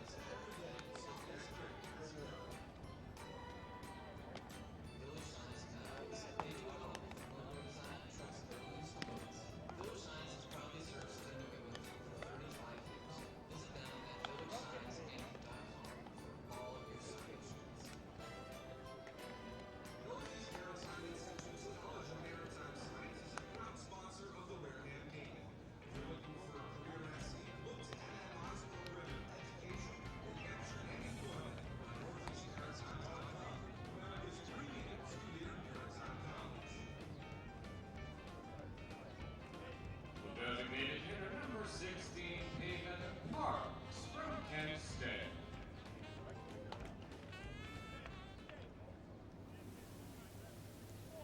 Welcome back to Spillane Field. Bottom of the fifth inning, 4-0 Harwich. Starter Danny Poitamani has been stellar, so why not? He's still out there. Wareham has not been able to figure him out.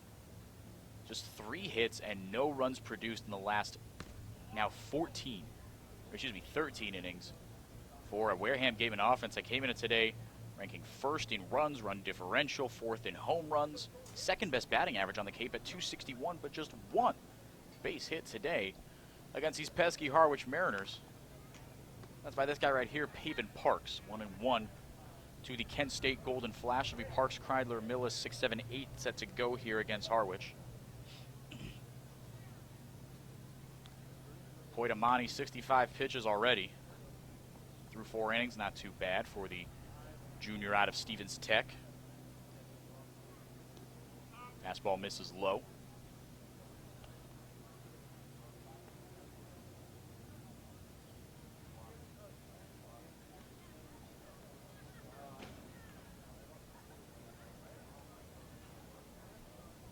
Infield playing to pull heavily against the lefty Parks.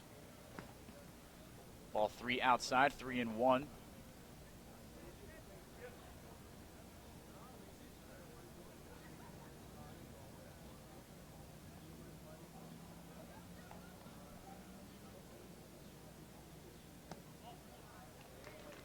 Ball 4 here to Pavin Parks. He's aboard for the second time today, just the third base runner of the day for Wareham. Ryan Kreidler 0 for 1 today with a long flyout out to right to Ben Norman. But 0 for 1 regardless. But a base runner is a base runner. Gatemen trying to get something going here with nobody out in the bottom of the 5th inning. They trail the third place Harwich Mariners 4-0 here after losing to the third place Falmouth Commodores yesterday, 3-0. And those Commodores blanking the Katua Kettleers in merciless fashion, 8-0 in the bottom of the 8th. Orleans ahead of Brewster 3-2 at Brewster. That game was in the 9th inning. Hyannis ahead of Bourne 3-0 at Doran Park. And just getting started from Veterans Field. Chatham and YD 0-0 in the top of the first. This one, of course, here 4-0 Harwich, as I mentioned, at Spillane Field. Swing and a miss. Kreidler down 0-2.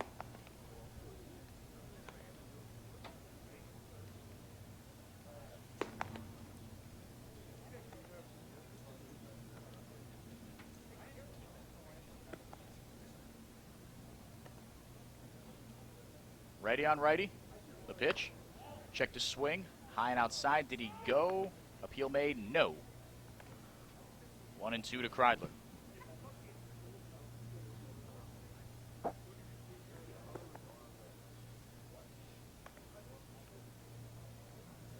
Kreidler, one of 4 UCLA Bruins on this Wareham roster.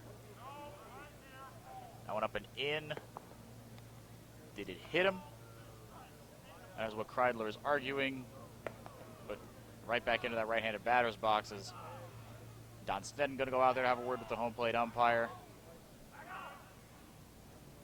not too convinced. I mean, I didn't get a fantastic look. Like I said, I'm about 450 feet away from home plate. My contacts aren't that good.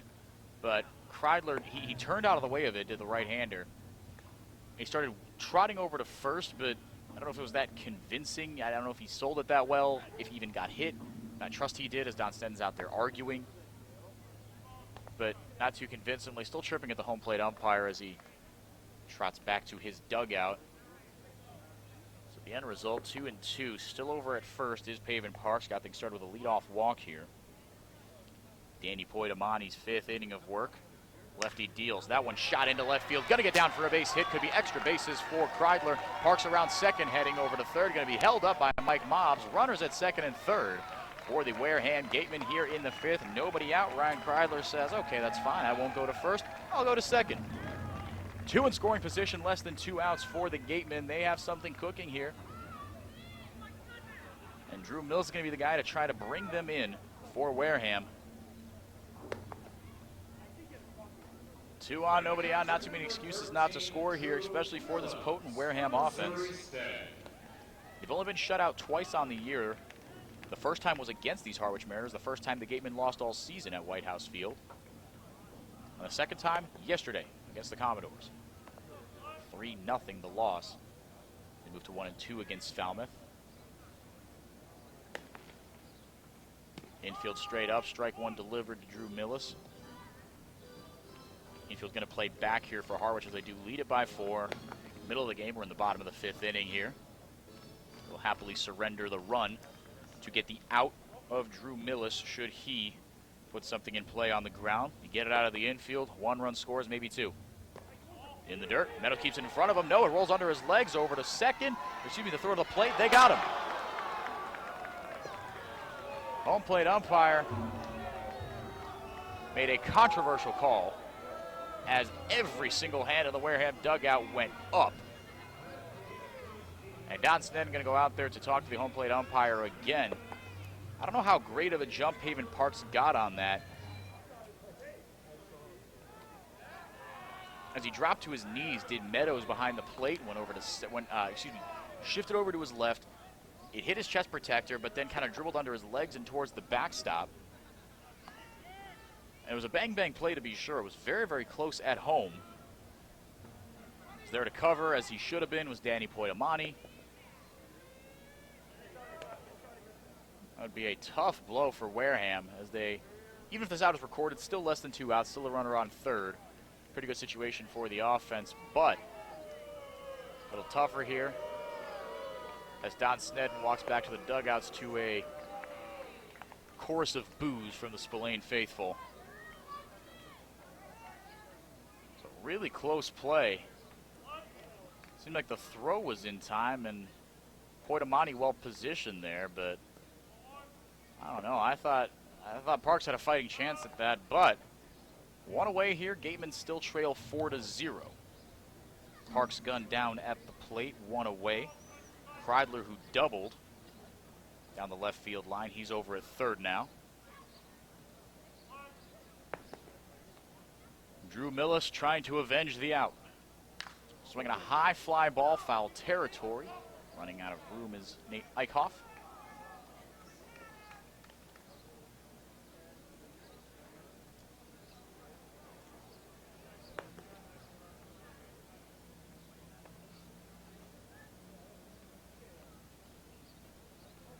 One away here for the sophomore from Missouri State. That's with an open stance from the right side. Swinging a ground ball left side, this should get a run in. And it does, and across the diamond goes our Aaron Shunk over to Andre Lipsius. And the score is Ryan Kreidler, 4-1. Productive at-bat from Drew Millis. Gatemen now trailed by just 3.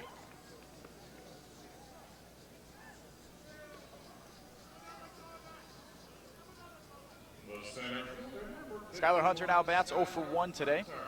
Batting for just the second time today as Drew Poitamani has been really, really good for Harwich so far today. Just the second hit he's given up to Wareham all year. That one lifted deep into right field. Ben Norman going back on it, though, and makes the catch. Skylar Hunter is retired on the first pitch he sees. Skylar Hunter's just seen 2 pitches and had 2 flyouts over to the right side. That is the way things go in the 5th inning. 4-1 Wareham. They do get one across on the RBI ground out by Drew Millis after Ryan Kreidler comes in to score after he doubled to reach in the 5th. We go to the 6th inning here from Spillane. 4-1 Wareham on WCTV.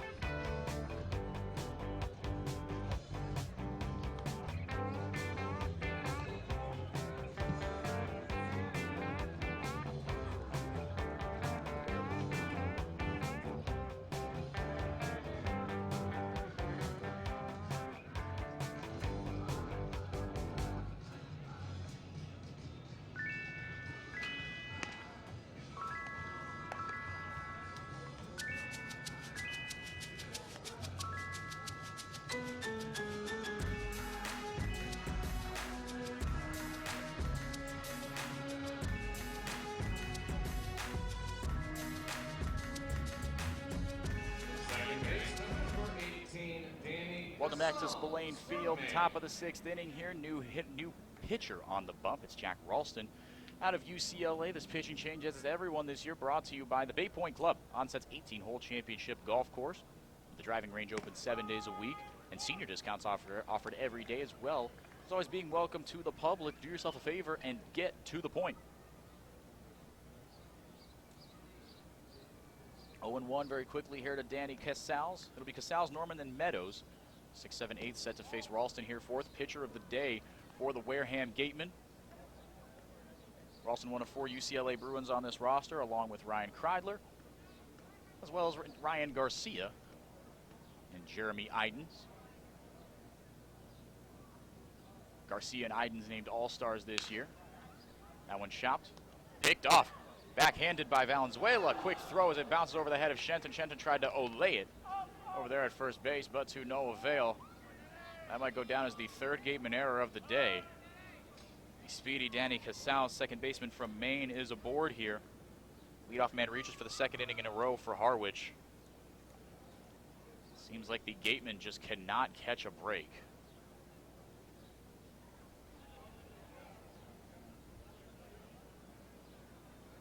Ralston, the redshirt sophomore. Big kid, 6'6", 222. Number 19, Ben Norman from Iowa. See exactly what they score that as.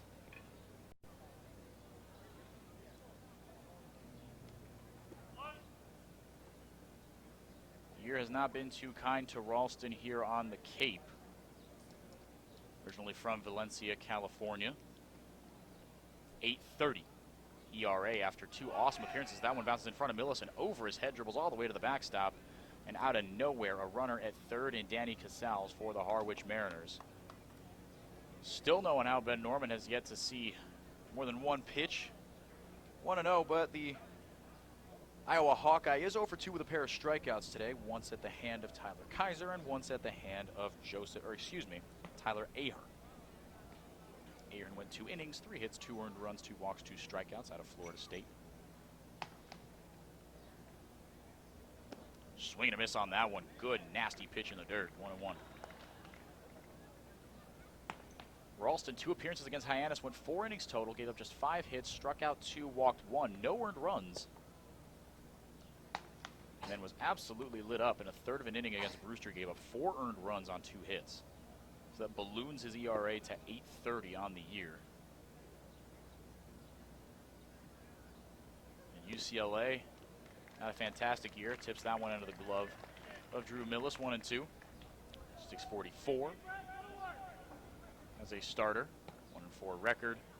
18 strikeouts and 36 innings of work. 14 walks as well. Gave up 6 home runs. Batting average against at a not too nice 3.01. We're also trying to get back to his old ways, though. That's unfortunate as that one is chalked up to an E6. And over to third on the wild pitch. Should be 1 out, nobody on for Ralston. But instead, this #1 Wareham defense has already committed 3 errors today.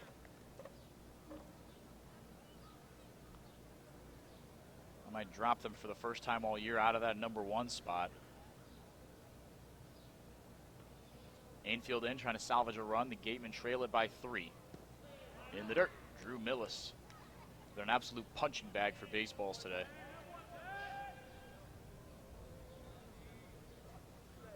Casal's at third. Ben Norman is the batter.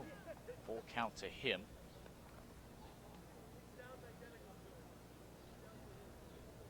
Sophomore from Des Moines. Playing his ball, like I said, out of the Big Ten in Iowa. Ralston the 3-2. In the dirt, he lost it. They'll put runners at the corners. Couple of unfortunate base runners appearing here for the Harwich Mariners. Now Mason Meadows out of Georgia will be the batter. One of 2 Georgia Bulldogs in this lineup, along with Aaron Shunk.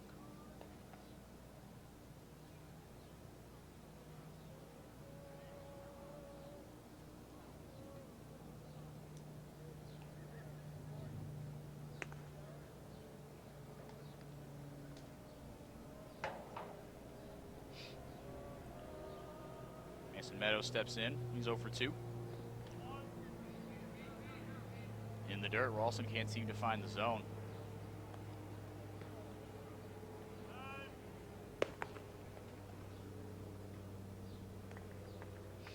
One to Meadows. Struck out back in the 4th. One of 2 Tyler Ahern strikeouts today. Ahern and Ralston called up on the same day, actually, in the middle of the season. Both saw a little bit of action in the blowout loss to Hyannis at McKeon Park.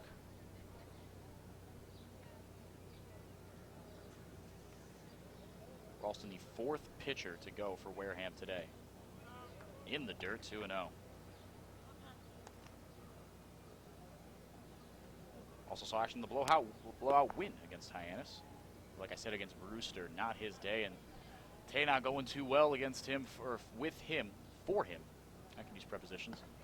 For him against the Harwich Mariners.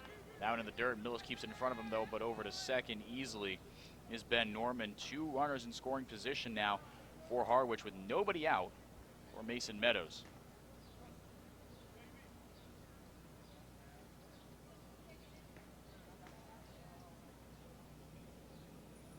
D1Baseball.com freshman All-American in 2017 for Georgia.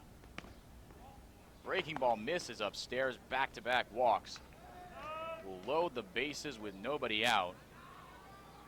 Time is called. Drew Millis going out to talk to Ralston. Gatemen are still in this one. 6th inning. They trail it by 3, but one big swing of the bat could put this one away for good. As we approach the 2-hour mark in this one, 5:30 scheduled first pitch. Close to 7:30 here on the East Coast. Bases loaded, nobody out. Nate Eichhoff, the batter, takes ball 1 upstairs. 6 straight balls thrown by the redshirt sophomore from UCLA.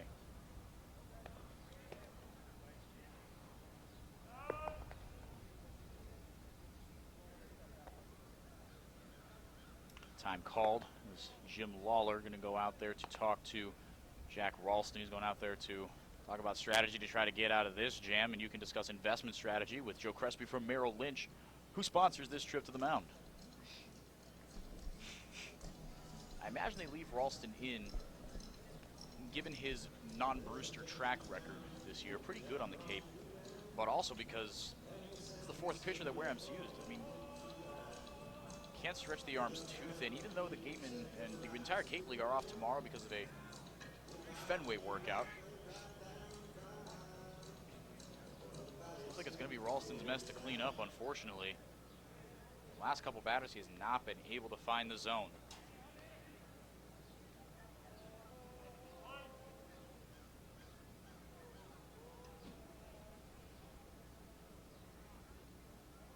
One-0 pitch.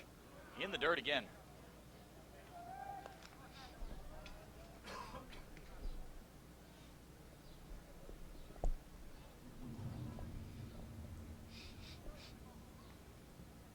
Denny Casals at third reached on an error. Ben Norman and Mason Meadows at second and first, respectively, both reached on a walk. That one low and into the lefty, Nate Eichhoff. And now 3-0.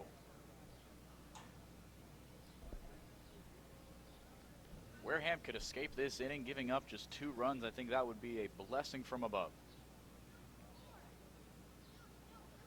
3-0 pitch upstairs, not even close. Fire up the merry-go-round. The blue jerseys all move up a base, and it's 5-1 Harwich. 3 straight walks. That's going to do it for Ralston. A truly tough day at the bump for him. He loads the bases and then walks in a run. In Danny Casals, Norman up to third. Meadows over to second. Eichhoff reaches for the 3rd time today. Ralston's day is done. He'll give up the ball to a right-handed pitcher. We'll see who it is when we come back here on WCTV.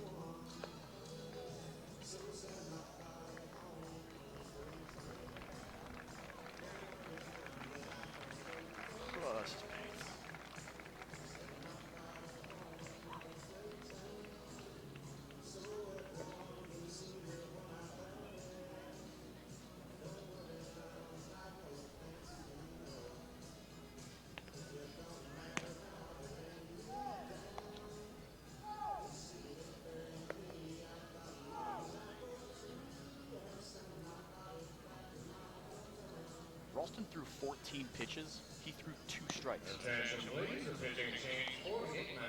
Now pitching number 21, Brendan White from Siena.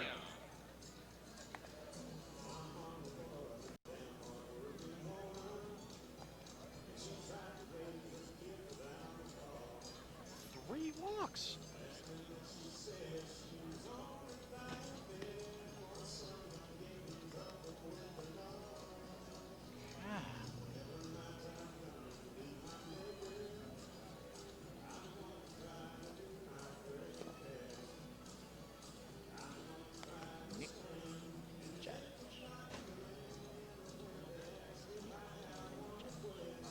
Seen that, Vine?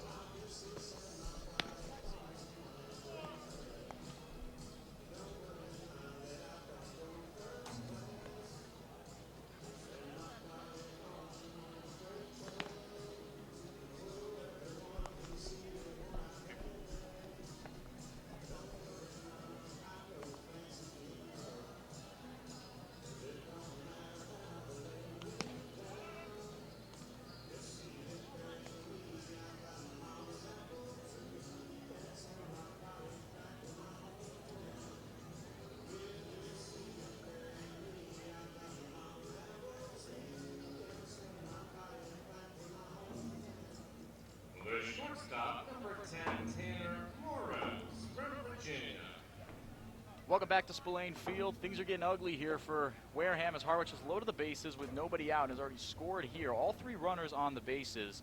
The responsibility of Jack Ralston. His day is done. Didn't record an out. No hits, 3 walks. No strikeouts for the redshirt sophomore out of UCLA. Now it's Brendan White's mess to clean up. White, the sophomore out of Siena, has been used sporadically for the Gatemen. Pretty okay year on the Cape for White. That one chopped right side foul, 0-2.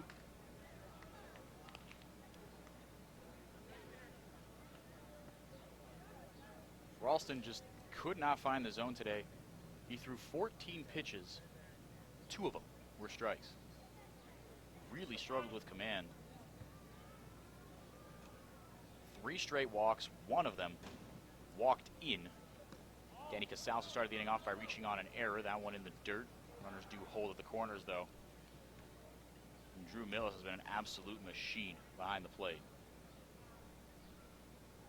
White, a 1-0 record. He's appeared exclusively out of relief here for the Gatemen. 7th appearance of the year. 9 strikeouts, 7 walks, and 10 innings of work. 10 hits as well surrendered by AC on a college product. Just finished up his sophomore year there. That one skied lazy, bounces off the roof once and into the loading dock of Wareham High and Middle School here. 1-2 still, though, on Tanner Morris. He's 2 for 2. Pair of runs scored. Solo shot in the first, as well as a single and a walk.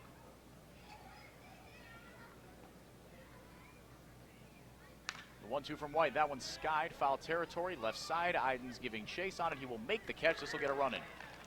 6-1 Harwich is coming in from third easily is Ben Norman.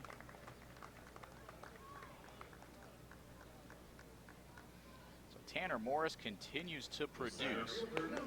As the first out of the inning. And that run charged to Jack Ralston. Runners on first and second, though, still.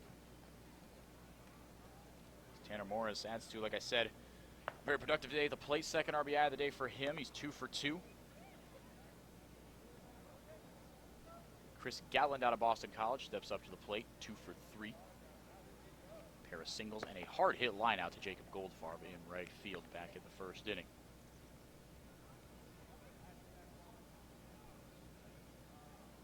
White deals in the dirt. Drew Millis again, showing a lot of athleticism and an incredible willingness to take bullets off the chest here. It's been the starting rotation all year for Wareham that has been the highlight of this pitching staff.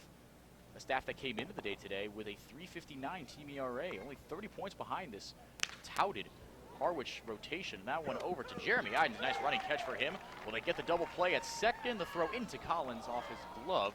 Probably wouldn't have gotten Mason Meadows as he came back sliding.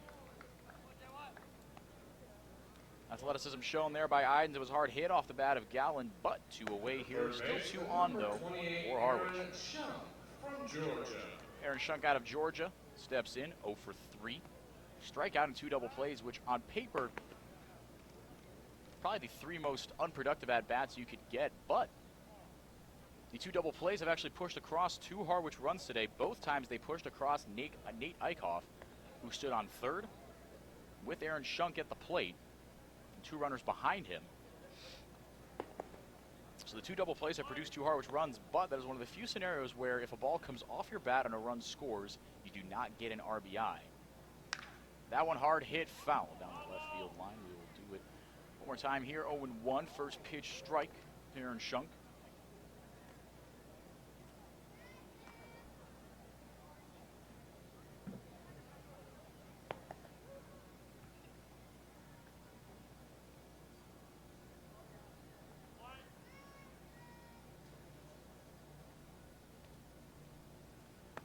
Two on, 2 out for Wareham. White trying to get out of the inning, give Wareham a fighting chance to get back in this one. They trail it by 5, so not totally out of reach, as Wareham has executed a lot of late inning heroics this year, more so in the earlier half of the season. But the Bats weren't able to get going early against Poitamani. Hopefully they have more success for Wareham against the Harwich bullpen. That one fouled. Straight down, Drew Millis absolutely on his game today. He pounced on that baseball like a puma, ready to fire it over to first. But nothing doing, just a pinball-y strike. It's a technical term, pinball-y. It bounced down off of the leg of Shunk. And Shunk, if there weren't 2 outs, he could theoretically bounce into his 3rd double play of the day, but the infield is back, not double play depth, trying to On a ground ball, get it over to first base. In the dirt, 2-2.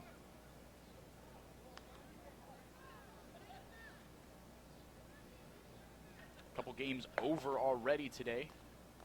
3-2 Orleans winners over Brewster at Brewster. Falmouth wins again 8-1 over Catuit. Hyannis on top of Bourne 4-0 at Doran Park. And 3-1 YD over Chatham in the second inning. Now 1-low, Mills keeps it in front of him. Both runners stay where they are. Meadows at second, Eichhoff at first.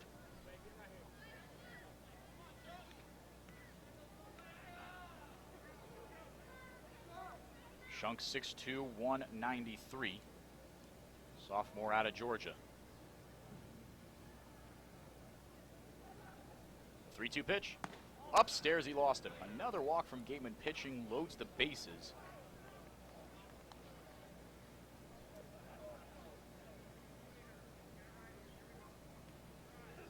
The first baseman, number 13, Shunk reaches for the first time today. That is the fourth walk of the inning, issued by Gatemen pitching. Meadows moves over to third, Eichhoff up to second, Shunk is on board. Andre Lipsius, the batter out of Tennessee, 1 for 3, pair of strikeouts and an RBI single back in the fifth inning.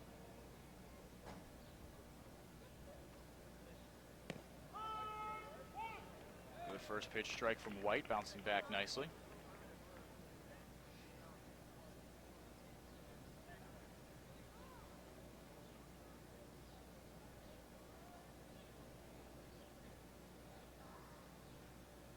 Swing and a miss, 0-2. White had his longest and most successful outing of the year out of the bullpen for Wareham as he pitched 4 2/3 innings of immaculate relief in the 8-1 loss to Brewster a little less than a week ago. It was his first appearance since then, lowered that ERA into the mid-5s. Squats into his stretch, the 0-2. Got him on the outside corner. What a frame by Drew Millis. And the side is finally retired. The Mariners send 8 men to the plate, get 2 runs, and strand the bases loaded. 6-1 Harwich on the on WCTV. We go to the bottom of the 6th here from Spillane.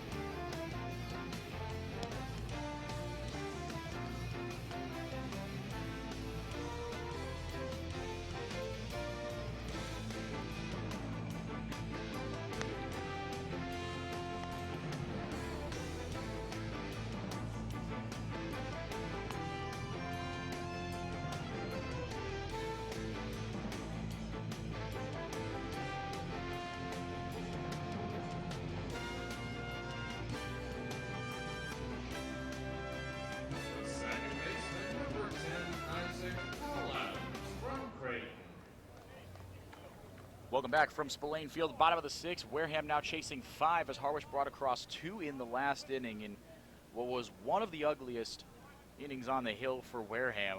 4 walks issued, no hits given up.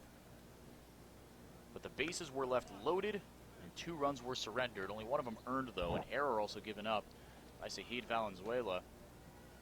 Turning the page on that one, as the Gatemen try to move on, slowly claw back into this game. So, it's my job as a broadcaster to bring you an honest depiction of what's going on in front of me. I know it's a TV broadcast, so you can see a little more what's going on. On the radio, it's a little different. So in the vein of being honest, as over to shortstop goes Isaac Collins, Morris retires his number 10 counterpart 6-3 to start the inning off. So like I said, in the spirit of being honest, there's a new pitcher on the bump for Harwich. Danny Poitamani's day is done. What a day it was for him, though. 5 innings of work, 2 hits, 1 earned run, 1 walk, 1 strikeout for the junior from Stevens Tech. I have no idea who's on the hill for the Harwich Mariners. Number 15, he's wearing someone else's shirt because there is not a soul on this Harwich roster listed as number 15. Even on point streak here, he's literally, I kid you not, listed as number 99, John Doe. So that's where we're at in terms of figuring out who this is on the bump. It's a left-hander. And he's throwing hard. Smokes a fastball, let her high by Sahid Valenzuela, 1-1.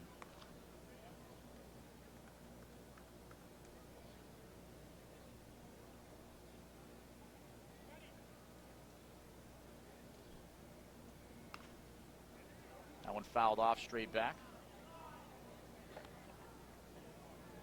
There's no pitcher, no position player with the number 15 on the jersey. I told you my contacts weren't amazing, but they're good enough to tell you that that is a 1-5 on the back of his jersey. There's a number 16 listed as a pitcher for Harwich, and a number 12 as a position player. But no one that we know of so far. Sahid Valenzuela still swinging that bright red bat. It's behind in the count to the mystery man. We'll call him John Doe, because that's what he's in point streak as. That one shot high and deep into left field. And it's off the wall, foul ball. Man, oh man.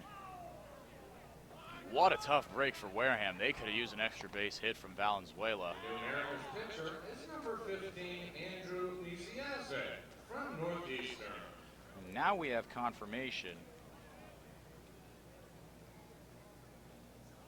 on who exactly it is on the hill for Harwich.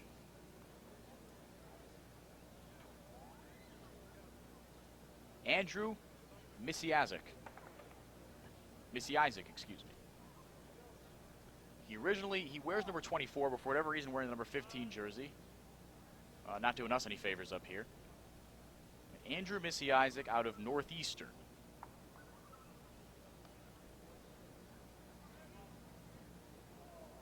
He has been used more than anyone out of this Harwich bullpen and has a .77 ERA. He's absolutely filthy for the Mariners this year. 2-2 the count to Valenzuela. He's got a 1-0 record, has never gone more than an inning and a third, won exactly 1 inning, in fact, in 9 straight appearances, gave up just 1 earned run. Giving up 1 earned run all year is how Valenzuela shoots that one to left field, so Valenzuela does get the better of Misiazek. He's aboard here against the most dangerous weapon in the Harwich bullpen. His first base knock of the day, Austin Shenton, a guy who's searching for his first base hit of the day. He'll bat here with a man on first and 1 out. Andrew Misiazek, 13 strikeouts in 11 2/3 innings of work. Or now 12, as he's recorded 1 out, and that was Isaac Collins. 4 walks, 8 hits, 4 saves for Harwich.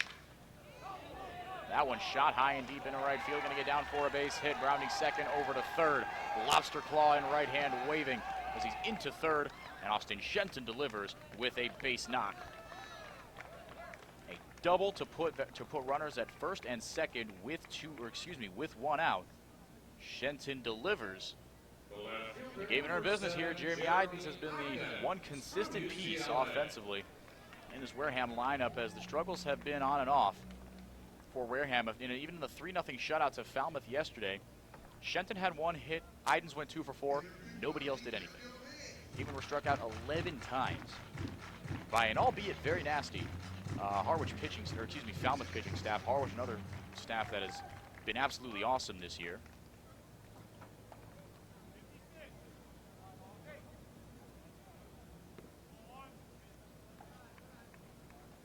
Ball one delivered to the hot-hitting Jeremy Idens.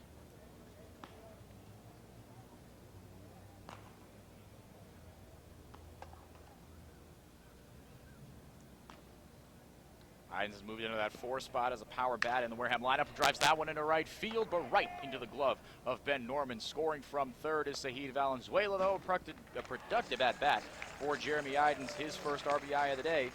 Staying at second, though, is Austin Shenton, but the second Wareham run of the day comes across 6-2. They bite into the lead ever so slightly.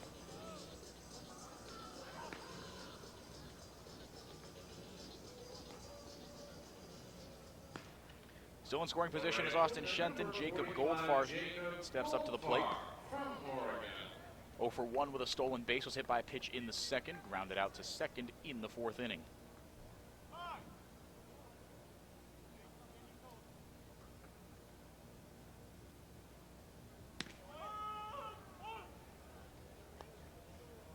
Emphatic strike call from the home plate umpire to put Goldfarb at 0-1. 2 down runner at second. Playing Goldfarb to pull is the infield. You can see there.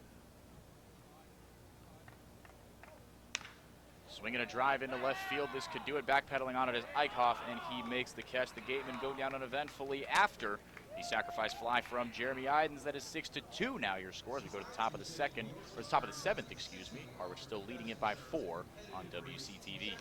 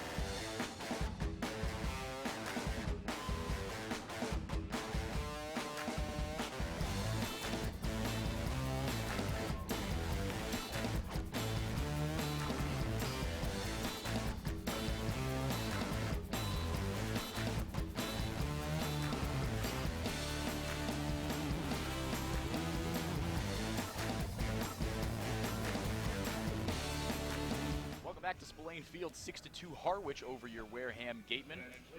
Gatemen got one more across on the sacrifice fly from Jeremy Idens. Defensive substitution here for Wareham. Now catching Luke Roscom out of Nebraska. Brad Debo, the batter out of North Carolina State. 0 for 3. A pair of groundouts and a fly out today for the sophomore from North Carolina, like I said, playing his ball out there in the ACC. Roscom in for Millis at the catcher spot. Millis has taken an absolute beating today.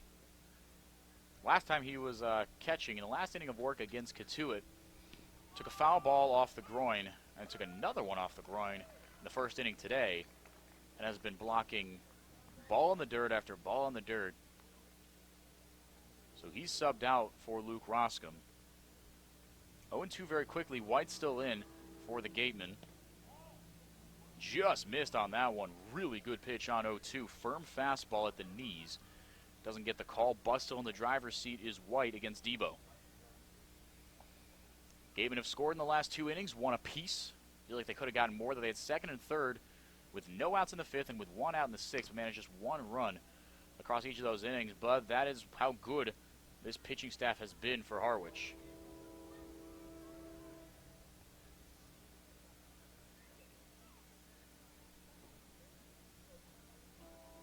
2-2.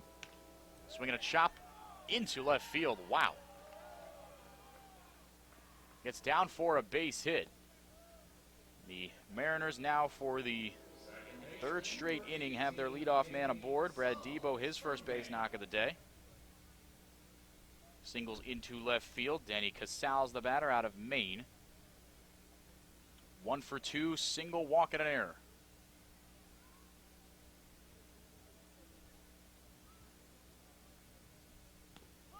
One on, nobody out. Breaking ball falls in there on the outside corner. Strike one to Danny Casals. Casals led off the fifth inning, or the sixth inning, I should say. Reached on a Sahid Valenzuela error that started the chain reaction of epic, we'll say, proportions for Wareham as they walked 4 batters and surrendered 2 runs on no hits. Put the Mariners up 6-1 at that point. But the Gatemen got one back in the bottom half of the frame, like we saw. Jeremy Ides with the sac fly. That one back, 1-2. Back-to-back 2-strike counts for White. Was not able to finish Debo. See if he has better luck against Casals.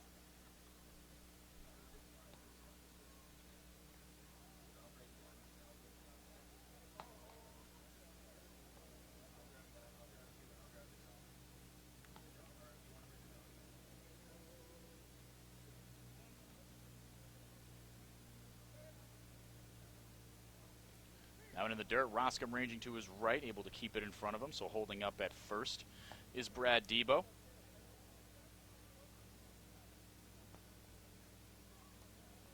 Andrew Missy Isaac led up just his second earned run of the entire year in 12 appearances out of the pen for Harwich back in the 6th inning. See if he's out there for another inning of work. That one shot about 1.5 miles high. First base side, foul territory. Austin Shenton makes the catch right up against the wall. Big out retired, out number 1. Now Ben Norman is the batter. 0 for 2, walk and a pair of Ks. Right fielder, number 19, Ben Norman from Iowa.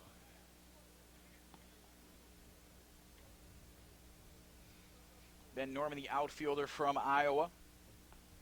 29 games started this year for the Hawkeyes, the Big Ten. Struggled offensively there, though. Hit just $189, 12 RBIs, though. 3 triples, though. Top 5 in the conference. See strike one go by at the knees. Norman, similar numbers here on the Cape, 185.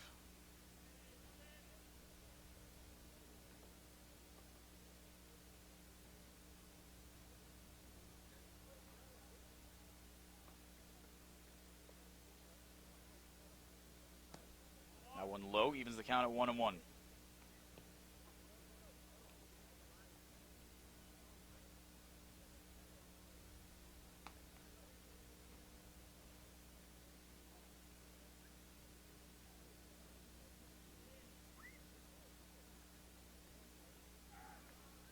Runner goes, that one a ball low, over to second, in time.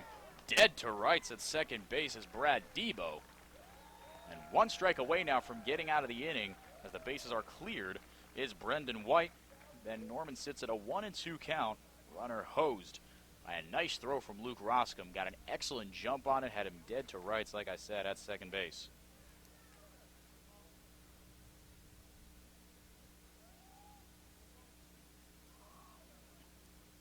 See if White can finish off his second inning of work in style. The 1-2 will have to wait in the dirt.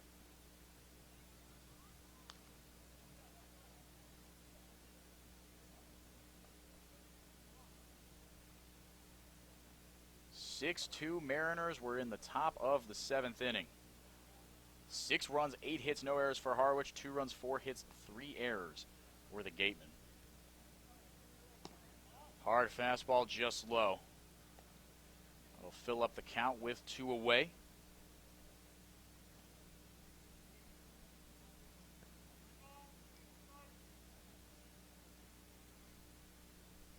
Excuse me, 2-2, my apologies.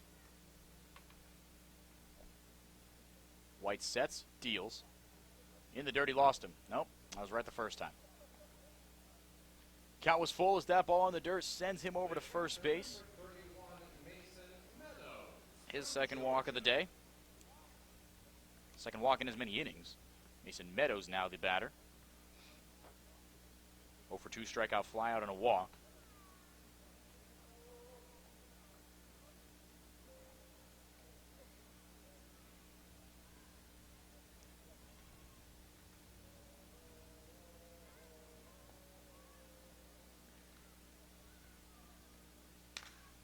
That one shot up the middle. Saheed Valenzuela diving stop, pops up, throw over to first. In time. What a play from Saheed Valenzuela. The Cal State Fullerton Titan goes all out ranging to his left into shallow center field. Takes a barrel roll, pops up, and hoses Mason Meadows at first base. That'll do it from the seventh inning. Stretch time here at Spillane. What a play from Valenzuela. Still 6-2 Mariners. Gatemen chase 4 when we come back on WCTV.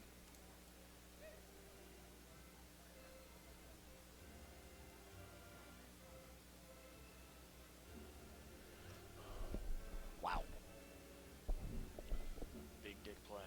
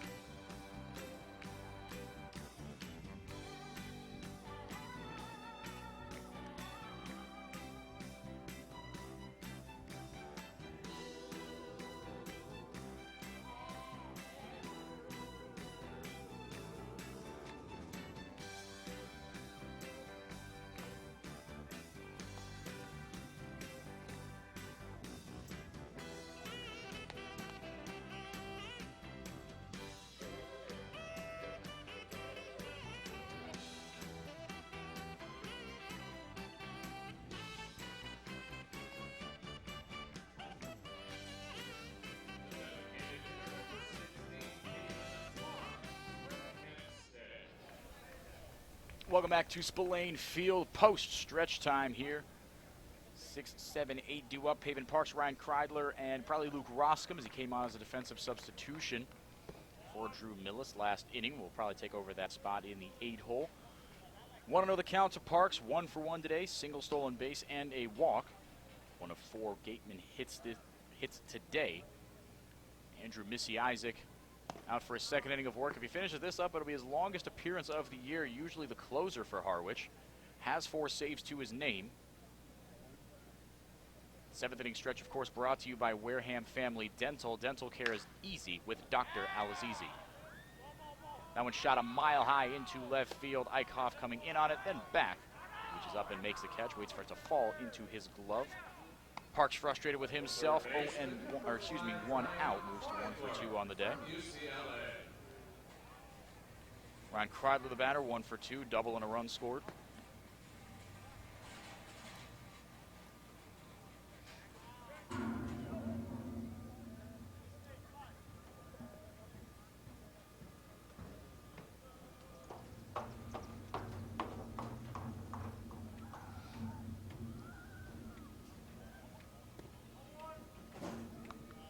Pitch ball low.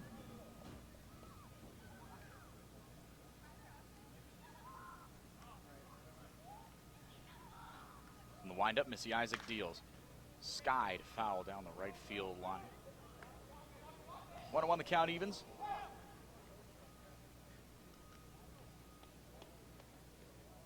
And something, I'm really upset that I looked down at my scoreboard right at that moment, because when I looked up, there was Ben Norman against the wall in right.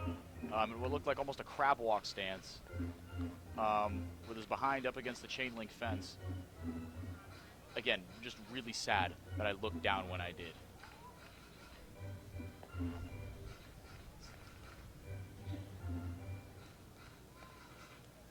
So I'm being told that he slid in to try to catch that ball as that one was in foul territory. I thought it was going to clear the fence. That's why I looked down. I thought, oh, that one's not going to stay in play. You see Isaac misses low, 2-1. But, I mean, as you guys probably saw on the camera, I don't need to explain it to you. Slid in there, took it off his chest, and ended up a little tangled. That one's skied, right side of the infield, shallow. Under it is Casals to make the catch. Out number 2 recorded here in the 7th. Gatemen have 7 more outs to go to try to chase 4 runs. Prevent a 2-game losing streak. Harwich trying to snap a 2-game losing streak of their own. Pick up their 14th win of the year. Gatemen chasing win number 18. Luke Roscom indeed, as the batter sends the first pitch he sees right back to the mound, excuse me, a 1-3 putout. Retires Roscom and retires the Gatemen in the 7th. Quick inning for Missy Isaac. We go to the 8th here, 6-2 Harwich on WCTV.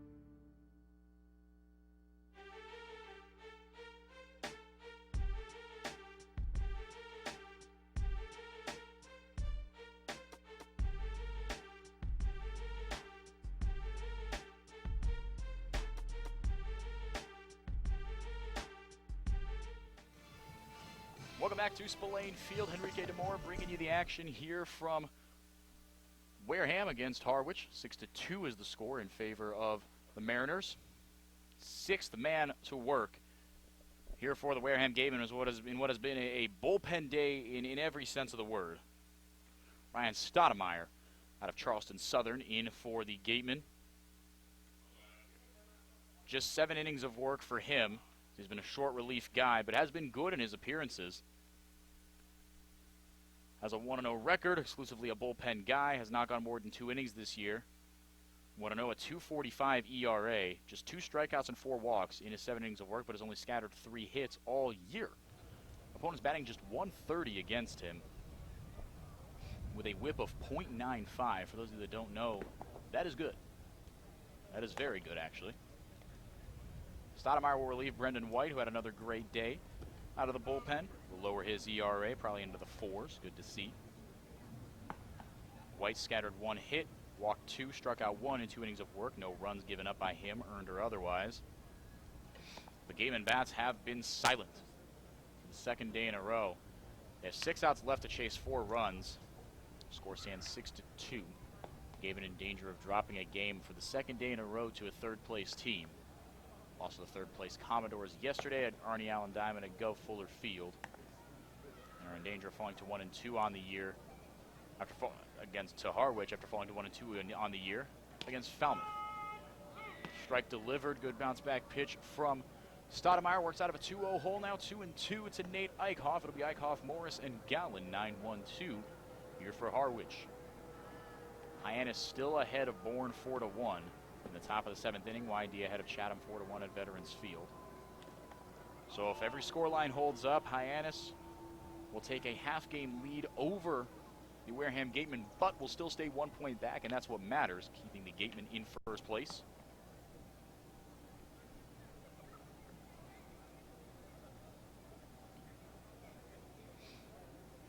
Stoudemire fire the 2-2 again. Breaking ball, got a piece of it, loops it into center field for a base hit. Great piece of hitting from Nate Eichhoff. Extended the fishing line and got a piece of it, poked it into center field. Now another man aboard for the 4th inning in a row. Leadoff man on board here for Wareham, or excuse me, for Harwich, I should say.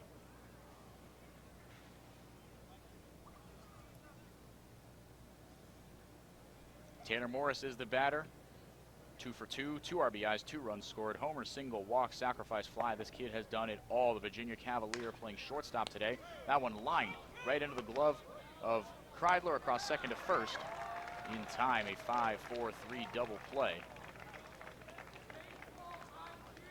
That one brought to you, of course, by TM Ryder Insurance. You can package your home and auto insurance for the perfect double play. TM Ryder, steering and securing your course for insurance since 1877.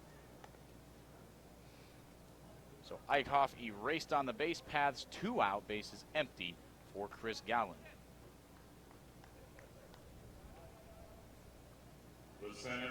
Top of the 8th here. Center fielder 2 for 4 today for Harwich.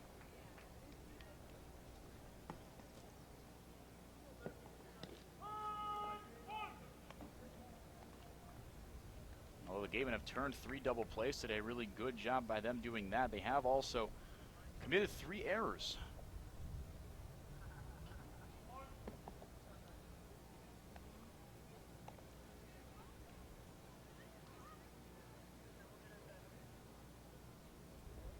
Zahid Valenzuela underthrew Austin Shenton at first, back in the 6th inning. Goldfarb let a ball get by him in the outfield in the 2nd.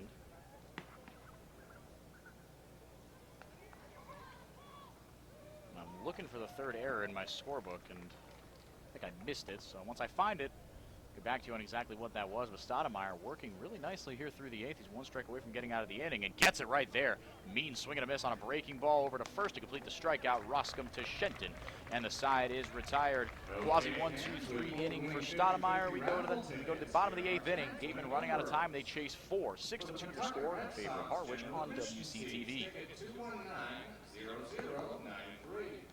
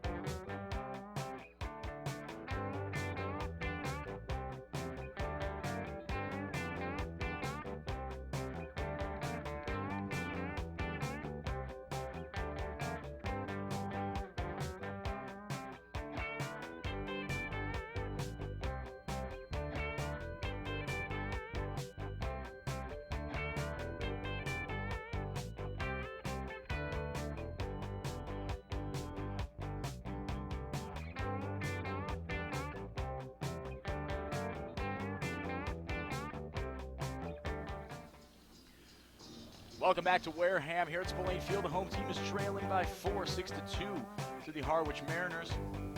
These two teams have split the season series so far. 4 games against each of the East Division opponents, 2 at home, 2 on the road. For a West Division team like Wareham, and 6 against each of the West Division teams, 3 on the road, 3 at home.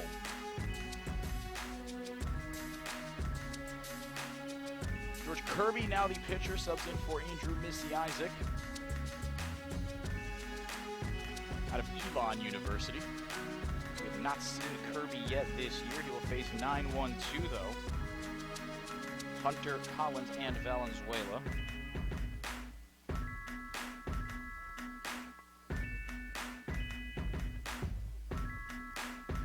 Third pitcher to go after Missy Isaac pitched a season-long 2 innings. Short inning specialist, high strikeout power arm from Northeastern. 2 innings of work, no strikeouts though, which is a rarity for him, but no walks. 2 hits, 1 earned run, just the second earned run he has given up all year. Very important part of this very good Harwich pitching staff and bullpen. Bullpen specifically, but lots of part of the pitching staff as a whole too. Only 1 to Skylar Hunter, he's 0 for 2 today.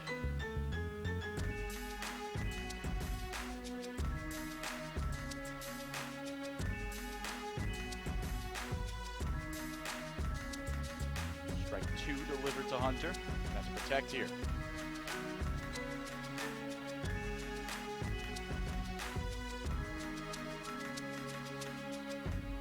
Elon Phoenix is George Kirby, just finished up his sophomore year over there. Hard fastball misses upstairs, 1-2.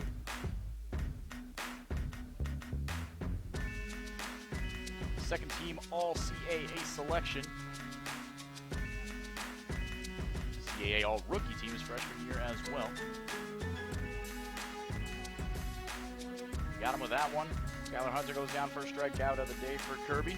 Just second strikeout all day for Harwich pitching, although you wouldn't think it given how little success the Gatemen have had at the plate today. Just 4 hits on the day for Wareham.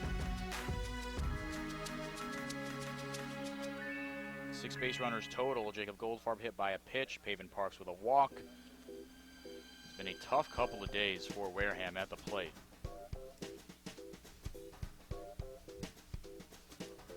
Six straight Gatemen retired. Now Isaac Collins. He takes strike 1, 0 for 3 today. Trying to bust out of a mighty slump, 0 for his last 11.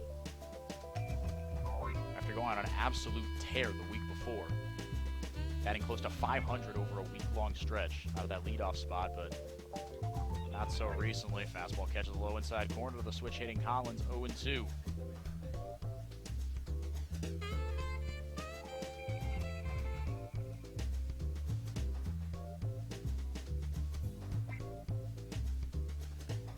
Collins set, so is Kirby. He deals. Check to swing, fastball upstairs, no appeal, 1-2.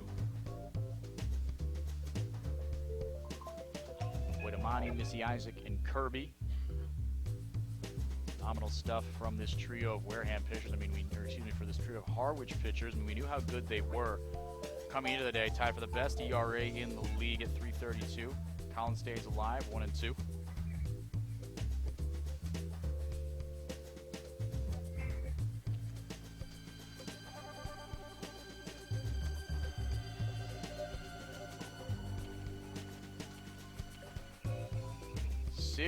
Harwich, another unfortunate day at the plate for Wareham, but also 3 errors committed. Not their best game, but they are still in it. Isaac Collins shoots a single into left field, busts out of a slump, and the Gatemen have life yet. 1 away here in the 8th inning. Zahid Valenzuela is the batter, singled and scored the last inning. Came in on the sacrifice fly off the bat of Jeremy Idens. Isaac Collins hitting from the left side, got a pitch on the outside corner. Didn't try to do too much with it. Hit it where it was pitched, shot it into left field for a base hit.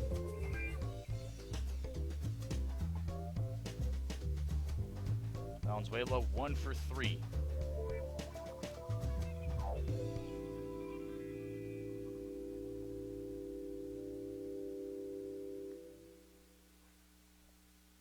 Pickoff attempt over to first. Collins, especially in the late innings here.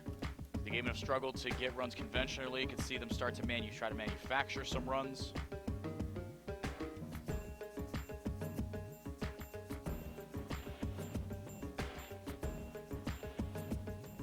one skied foul down the third baseline.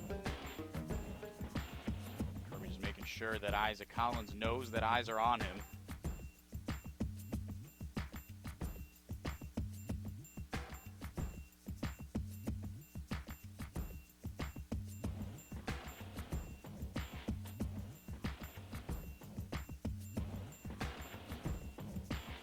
Valenzuela back in there with that bright red bat. Another pickoff attempt over to first. This one pretty close, but Collins back in there safely. Still 0-1. All-star Valenzuela waiting on the 0-1 from George Kirby out of Elon.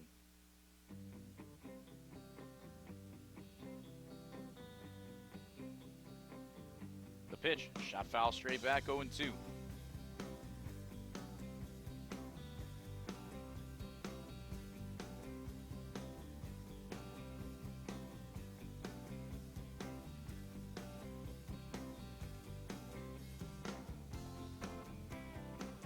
Valenzuela readjusts his batting glove, sets the bat down, picks it up. Now ready to go again. 1-on-1 out, 6-2 Harwich. Even trail by 4. Another pickoff attempt. Isaac Collins back in there safely. Austin Shenton waits on deck. He's got a base knock today as well, a double in the 6th inning.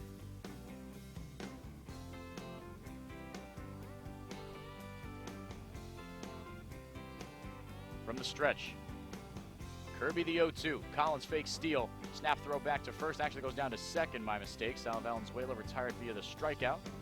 And on his toes, Mason Meadows behind the plate. Ready for anything. The Valenzuela cut down. Second strikeout of the day, second strikeout of the inning for George Kirby.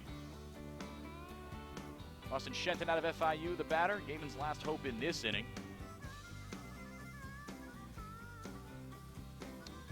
Found that pesky third error I was alluding to earlier. It was an error in the 4th inning. One in the 2nd, one in the 4th, one in the 6th for Wareham.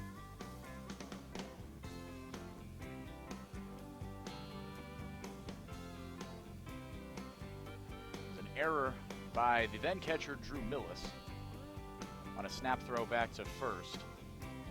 Egg rolled into right field and allowed Danny Casals to advance from first to second after he walked to start off the inning. Strike one delivered to Shenton.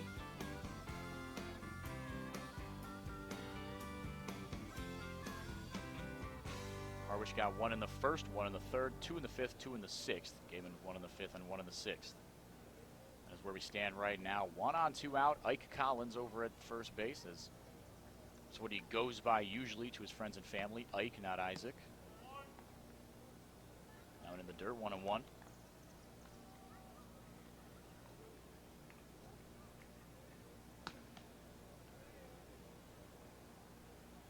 Jeremy Idens waits on deck, 0 for 2 with a sacrifice fly. Responsible for scoring the recently retired Sahid Valenzuela. Yet another pickoff attempt over to first. Collins trying to put himself in scoring position for Shenton. The 1-1 to the FIU Panther.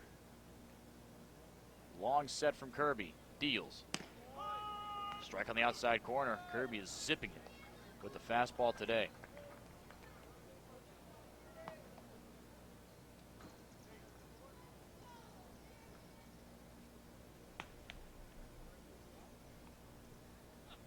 One strike away from striking out the side here in the 8th.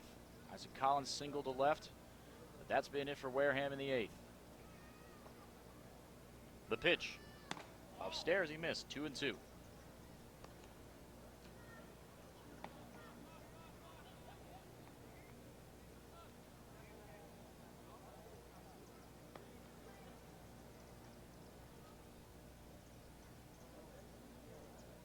Gatemen trying to stay alive any which way. They chase 4.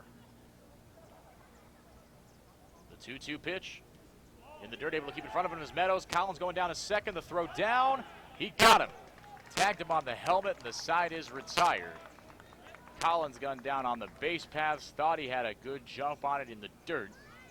But not so. Mason Meadows with a vicious throw down to second. Retires Collins, and the side is retired. Austin Shenton will bat in the bottom of the ninth when we get there. But for now, we go to the top half of the ninth. Still 6-2 Harwich on WCTV.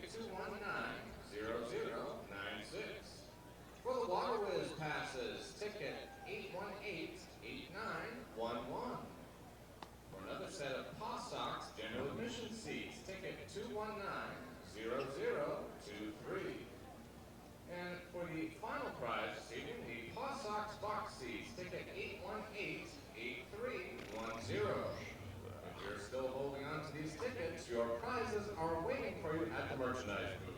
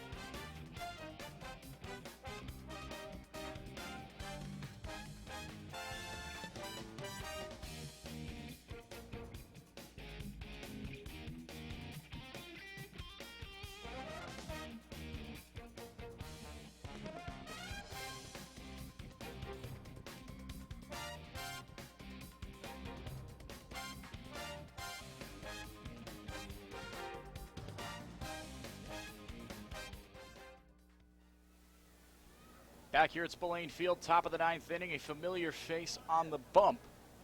But maybe not a familiar face on the pitcher's mound specifically. It's Pavin Parks. Designated hitter today, pitcher.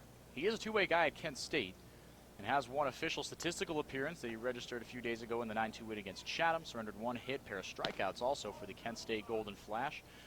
But quickly 2-0 to the All-Star Aaron Shunk, 0 for 3 with a walk, a strikeout, and a pair of double plays. He'll face 3-4-5, no easy task. Try to keep his team in this one. See if they can mount a miracle comeback in the ninth inning. That one skied into left field, ranging into foul territory. Idens parks himself right on the line and makes the catch for out number one.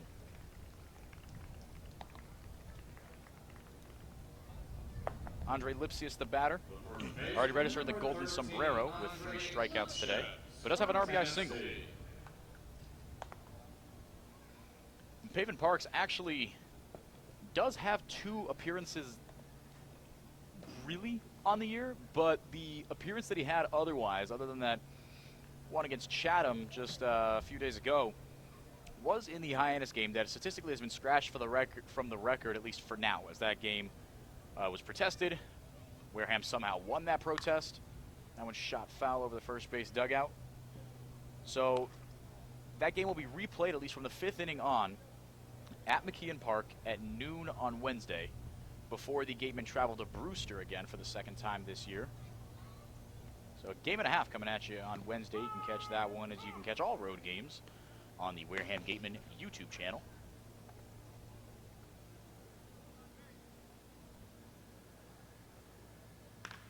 That one rifled foul down the first baseline. 0-2.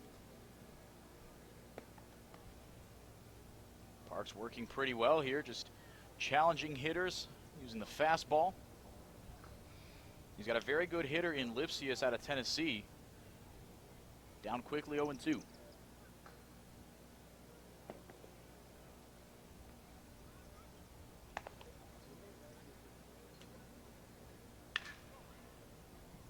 Hard ground ball over to Collins, ranges to his right, and fires over to first base for out number 2. Now Brad Debo, the batter, out of NC State, 1 for 4, single, 2 groundouts, and a flyout. Designated hitter number 35, Brad Debo from North Carolina State.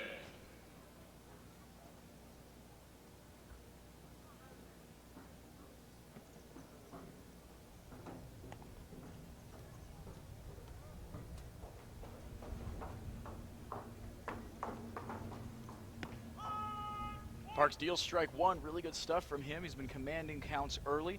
Like I said, just challenging with the fastball, going with what's comfortable for him.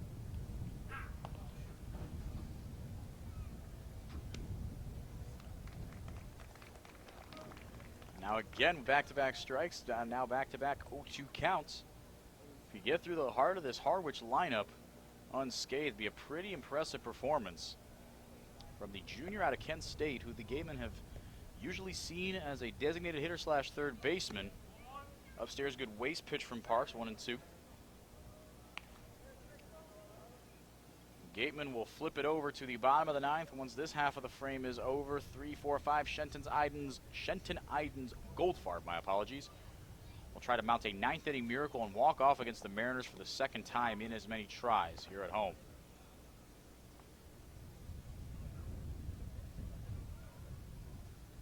Infield straight up. Clouds have settled partially over the night sky here at Spillane. Gorgeous Cape Cod summer night. Mosquitoes out, not in full force, which is nice. Light breeze. That one shot foul down the third base line. We'll do it again, 2 and 2. A really nice temperate day here.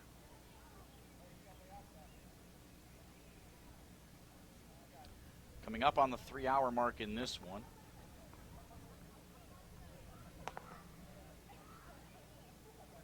Looking forward. The Gatemen have tomorrow off, as does the entire Cape League due to the Fenway workout, but then on Tuesday right back here at Spillane Field against the Falmouth Commodores. Swing and a miss. He got him on strikes. Brought the fastball in low and into the left-hander Debo, and the side is retired. Pavin Parks, what a day for him on the plate, at the plate, and on the bump. We go to the bottom of the 9th. Gatemen are chasing 4. They'll need a miracle when we come back on WCTV.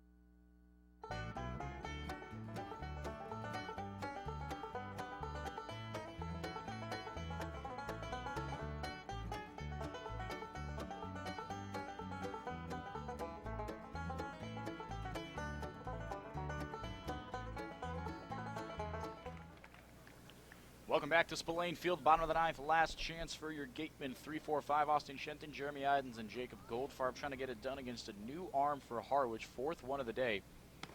To go for the Mariners, ball one to Shenton. It's Caleb Freeman out of Texas Tech. 6'1 sophomore, 190 originally out of Abilene, Texas. Righty against the lefty Shenton. 1-0 pitch, swing and a miss. George Kirby, a successful inning of work, one inning. One hit, no runs earned or otherwise surrendered by the Elon Phoenix. No walks, 2 strikeouts as well.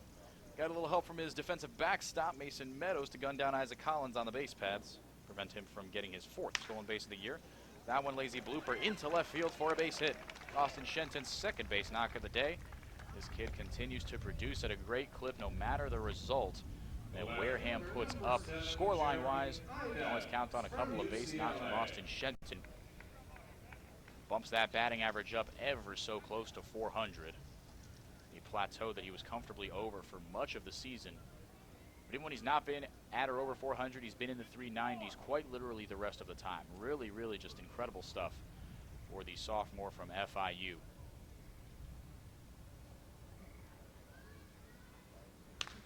Jeremy Idens takes the first pitch he sees and skies it right side of the infield. This could do it. Making the catch is Danny Casals. Jeremy Idens frustrated at himself. Didn't do a little more with that at bat. Chased the first pitch he saw. And out is registered. First one of the inning. Jacob Goldfarb now the batter. 0 for 2 was hit by a pitch in the second. And actually Shenton with that second hit of the day pushed his average up 6 points right to 400 on the nose.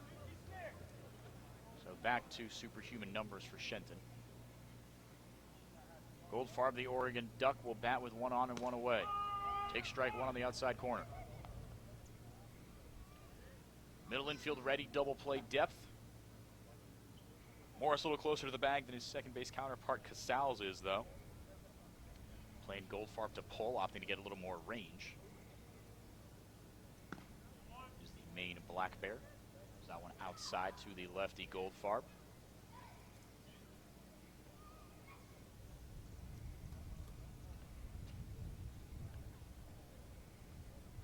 Pavin Parks, his lineup spot anyway, waits on deck. I'm not entirely sure if that's him on deck with a bat. I think it is, though, as he's allowed to hit. Even though coming in as a pitcher, that one dribbled foul down the first base line. 1 strike away from retiring. Jacob Goldfarb is Caleb Freeman.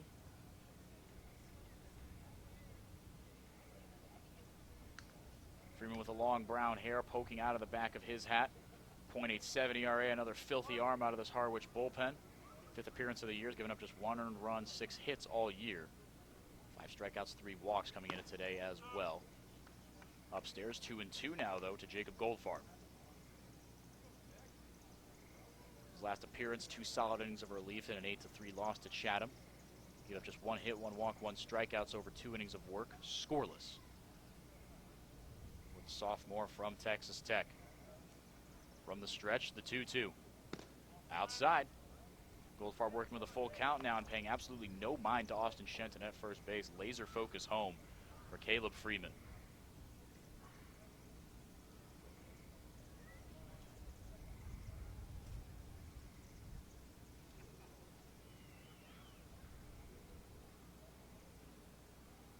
Payoff pitch. Checked his swing. Outside. No appeal made. The ball was called outside. So now first and second with 1 out. Double play still active for Harwich, though, with Pavin Parks will be the batter trying to back up a great inning on the bump. With a solid out, with a solid trip to the plate here. He is 1 for 2. One of the few offensive bright spots for Wareham today.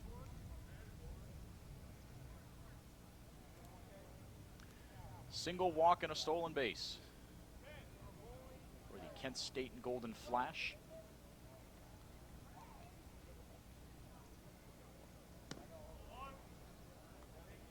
Infield playing Parks to pull even more. Shortstop Tanner Morris almost up the middle for Harwich. First pitch misses low, 1-0. Morris probably the offensive player of the game for Harwich. Got things started with a solo shot that really set the tone for the Mariners. They now lead at 6-2. Really good frame by Meadows behind the plate. My goodness, 1-1 to Pavin Parks. One away, the Gatemen trail it by 4. Here in the bottom of the 9th with 1 away.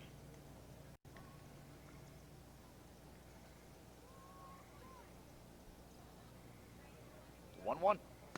Upstairs, Parks ahead of the count, 2-1. But Morris 2 for 3 today. Pair of runs scored, 2 RBIs and a walk. That 337 batting average just keeps on climbing for the freshman from UVA.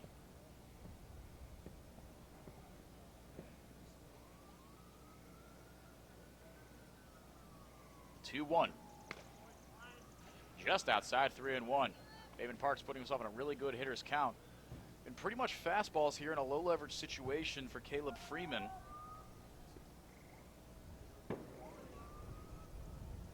2 on and 1 out. The Gatemen do have the potential to make some noise and pull a late inning miracle out of nowhere. 3-1, he lost him. That'll load the bases for Wareham. The home team is not dead yet. Ryan Kreidler will bat with the bases loaded.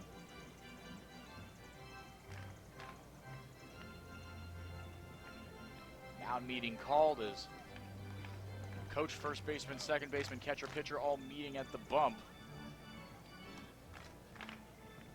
YD still ahead of Chatham 5-3 at Veterans Field in the bottom of the 6th inning. Bourne all of a sudden making some noise in the late innings at Doran Park. They trailed Hyannis by 4, now trail by 1, 4-3. Falmouth beat Catuit earlier today, 8-1, and Orleans winners over Brewster, 3-2. The Gatemen, if nothing else, hoping for a late Bourne comeback to keep Hyannis at bay by 3 points. Even with a Gatemen loss and a Hyannis win, Hyannis still 1 point out of first.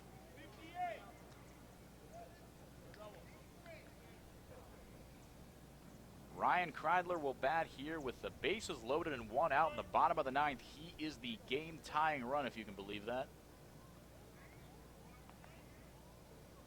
First pitch to him. Thought about it, strike at the knees. Kreidler 1 for 2 today with a run scored. Doubled in the 5th. Sharply hit down the left field line. Ground out and a fly out to his name as well, playing third base today for Wareham. The 0-1 in the dirt. Took a little something off and bounced into the glove low of Mason Meadows behind the dish.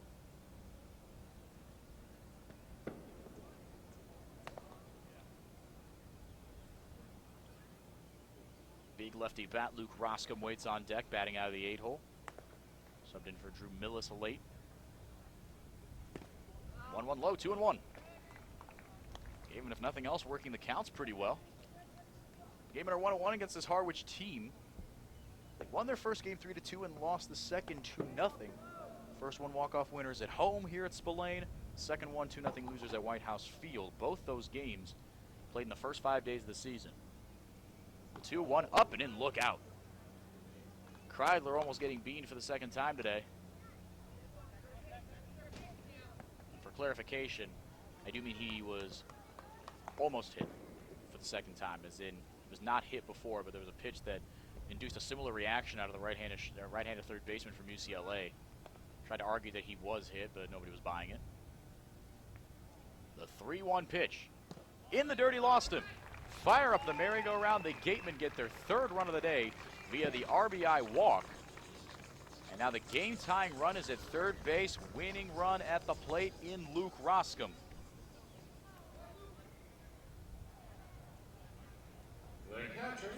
Gatemen showing some fight here. 3 straight walks, working really good at bats. Caleb Freeman having a bit of a meltdown.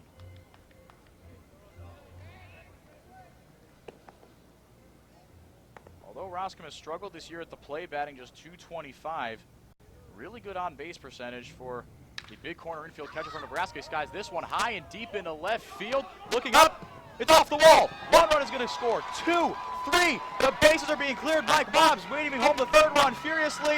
In by the tag, 3 runs for Luke Roscom. He's out at third base, but that's just the second out of the inning. The game is tied. Luke Roscom. Are you kidding me?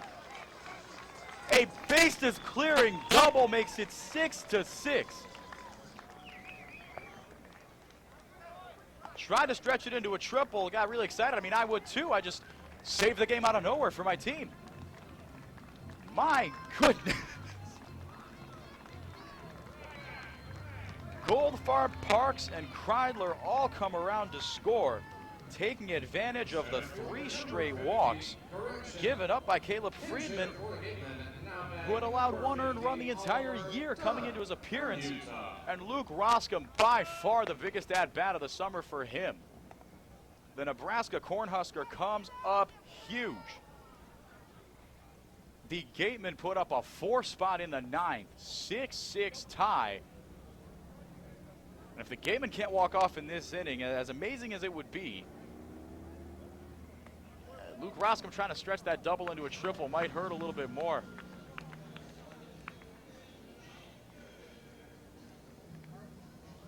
If that cleared the wall, might have had an aneurysm up here.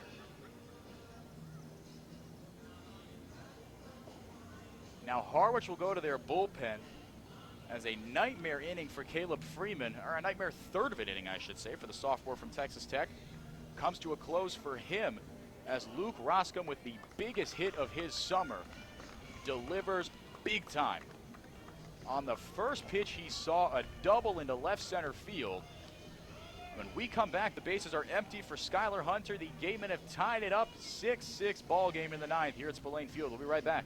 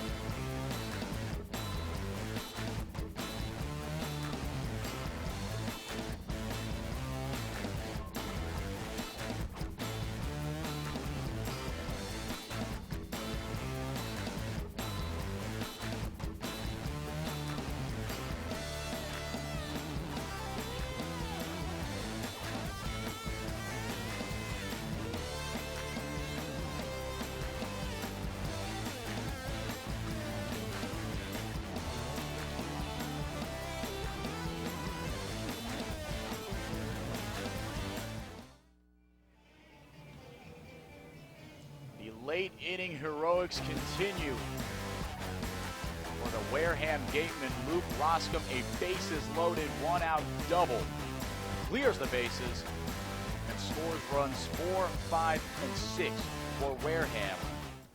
After Ryan Kreidler walked Austin Shenton in, Goldfarb, Parks, and Kreidler came in to score on the double from Luke Roscom. Now Austin Wood in to relieve Caleb Friedman. 2/3 of an inning for him, 2 hits, 4 earned runs, 3 walks, no strikeouts. The bases are empty though, as Roscom was gunned down. 7-6-2-5 for those of you keeping score at home. Trying to stretch the double into a triple. And now an offensive substitution here as Oliver Dunn will bat. for Skylar Hunter. He's quickly retired as Dunn's woes at the plate continue. Free baseball coming up from Spillane. To the top of the 10th we go on WCTV 6-6. Don't go anywhere.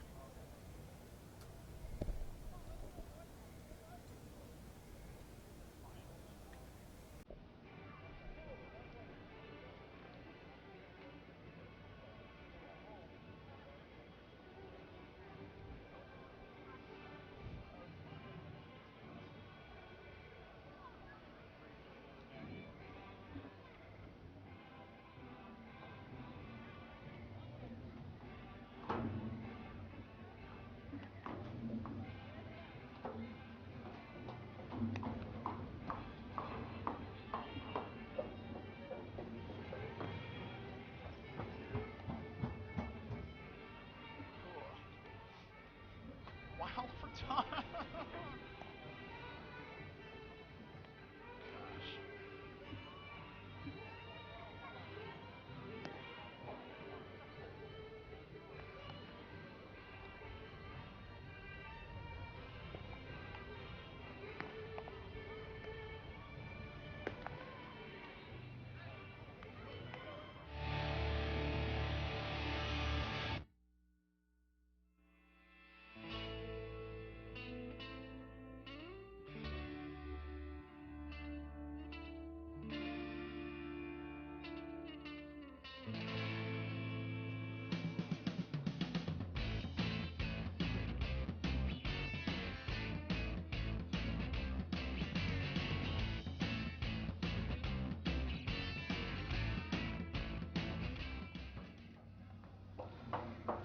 Welcome back to Spillane Field. Some free baseball coming at you on WCTV.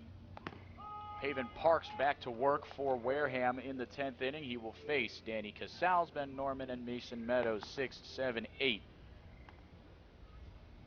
for the Harwich Mariners. There are lights here at Spillane Field, so we'll play the full 12 if we need, as games on the Cape, no matter how long they go, do end after 12 innings. 0-2 very quickly to Parks here. Or excuse me, from Parks to Casals. Casals 1 for 3 today. Single walk, reached on an error, has a run scored as well. Rung him up at the knees. 3 straight pitches. Good morning, good evening, and good night. The right fielder, number 19, Ben Haven Parks, his Norman second from strikeout of the Iowa. day.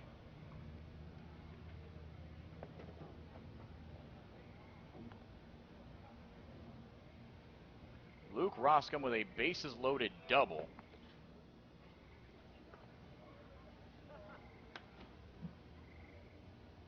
Put up the last 3 runs of the Gatemen needed to tie this game. Was gunned down trying to stretch the double into a triple, and Oliver Dunn promptly bounced out on a 2-0 pitch to the second baseman for Harwich to end things in the 9th. But the Gatemen are still alive. They put up a 4 spot in the bottom of the 9th. Truly electric stuff from this offense.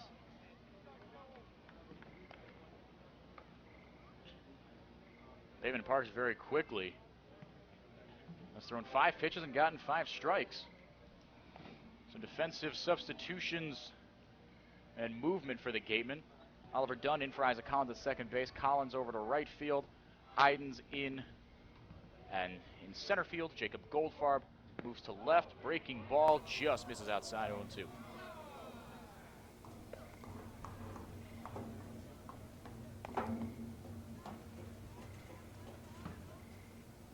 Ben Norman 0 for 2 with a pair of walks.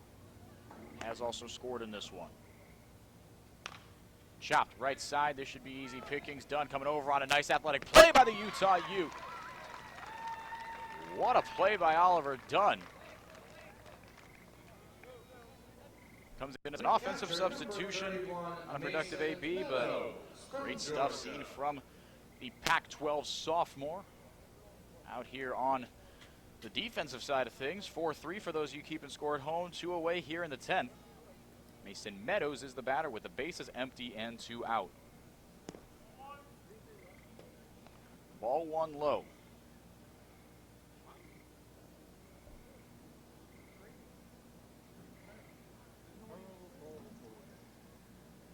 From the windup, Parks deals. Breaking ball drops in there, very well placed.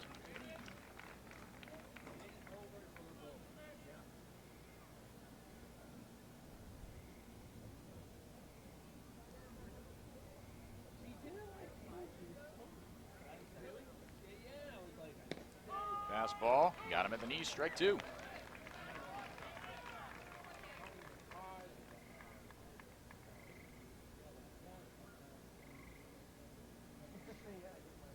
Parks 1 strike away from getting out of the inning. On the verge of 2 fantastic innings out of the pen for Wareham. That one chopped foul down the third base line. We will do it again.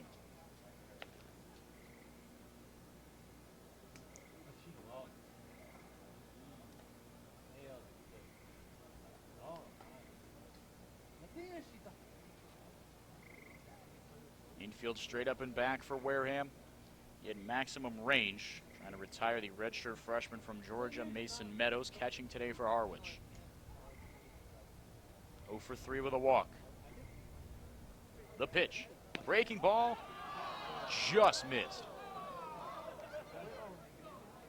2 chirps and barks from the Wareham faithful, but 2-2 still. Still in control is Pavin Parks. He himself has retired 5 straight Mariners, 7 straight retired by him and Stoudemire. That one, a little dribble over to Valenzuela, gloves it on his left side. Oh, can't get it out of his glove. That is unfortunate. Runner on out of nowhere pretty needlessly from the Wareham defense, and now Nate Eichhoff. 2 for 2 RBI, walk and a run scored for the junior from Virginia. He has 1 on with 2 out here in the 10th.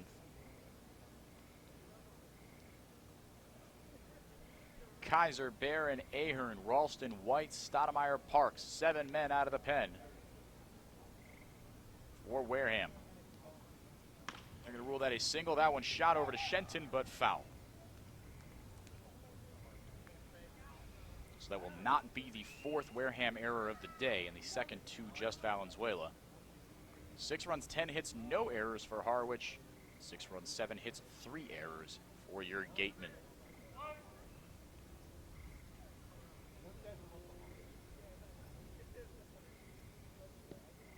That one in the dirt.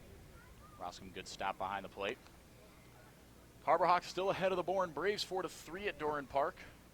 YD still ahead of Chatham 5-3 in the bottom of the 7th. This one, of course, 6-6 in the 10th. Wareham 4 runs in the 9th to tie it up. Luke Roscombe, player of the game, and a balk is called on Pavin Parks. That is unfortunate. That'll move Mason Meadows up into scoring position.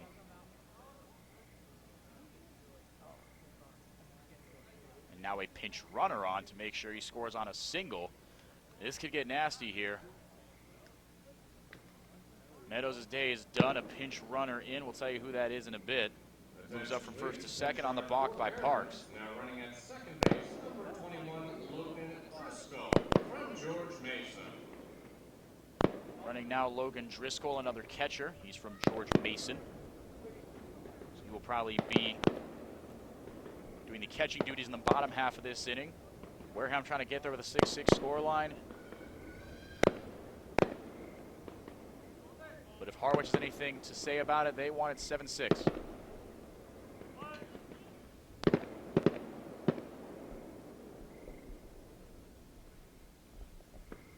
1-1 from Parks. Swinging a foul over the high school, 1-2. Fun fact, these usually aren't the splits you get on Point Streak, but only just by word of mouth. But the Gatemen are 0-2 this season when fireworks start going off, and you see them here today. Gatemen trying to buck that trend, add their first fireworks win of the season. And their 4th walk-off win of the season, 2nd against the Mariners. With 2 down and a runner on second, the 1-2. Got him with a fastball on the outside corner. Pavin Parks comes up huge, strands a runner at second base in Logan Driscoll, and the side is retired. Gatemen try to win it in the 10th when we come back. 6-6 your score on WCTV.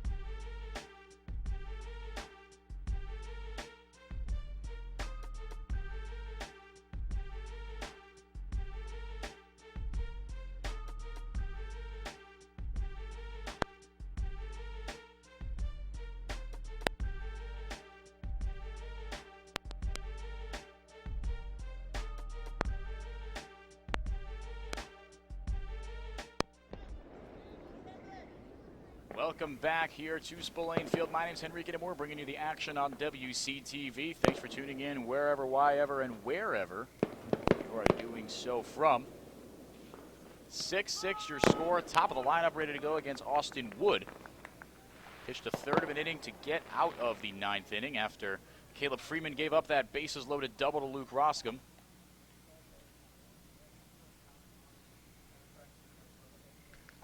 12 total pitchers used by both of these teams in what we knew was going to be a bullpen day for everyone. That one looped lazily into shallow left field, going to get down for a base hit. Isaac Collins with his second base knock of the day moves to 2 for 5 on the day, and the game-winning run is aboard for Sahid Valenzuela. Logan Driscoll in the game for Mason Meadows. Came on as a pinch runner for Mr. Meadows back in the last inning.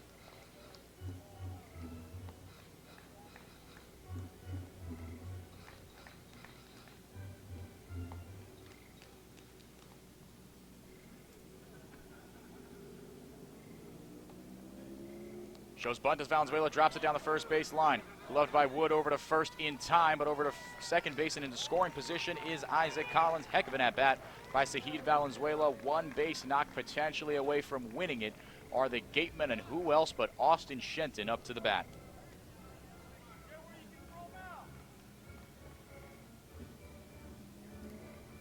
The first baseman, number 12, Austin Shenton from Florida International. One away for Shenton, 2 for 4 today. Single, double, and a run scored. Pair of flyouts to left field as well.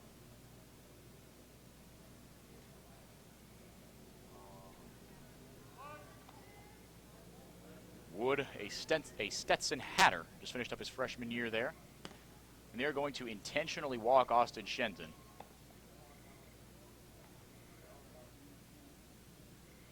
This is the third time he has been intentionally walked. He was intentionally walked twice in a single game. So Wood will opt for first and second against Jeremy Idens, who despite being 0 for 3 today does have a sacrifice fly.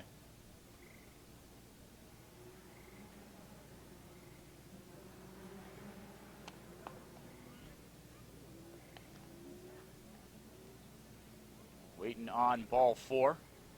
So the double play is in order. But Isaac Collins still in scoring position. So Jeremy Idens, and if not him, potentially Jacob Goldfarb do have a chance to play hero here. Send the Gatemen home to their 18th win of the year, 11th at home, second against the Mariners, first with fireworks, and their 4th walk-off win of the year. Number 7, Jeremy Idens from UCLA. Walked off against Orleans, against Harwich, and another one is escaping my mind. But first and second here for Jeremy Idens. 6-6 tie. The Gatemen got 4 in the 9th thanks to Luke Roscom. They're looking for one more here off the bat of Idens. Ahead of the count here, 1-0 as the fireworks keep on raging.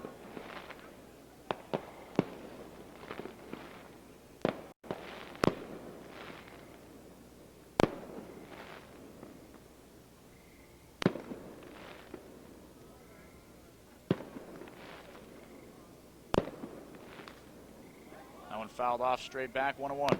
You can keep that foul ball, courtesy of attorney Glenn Hamilton and his daughter Tevis.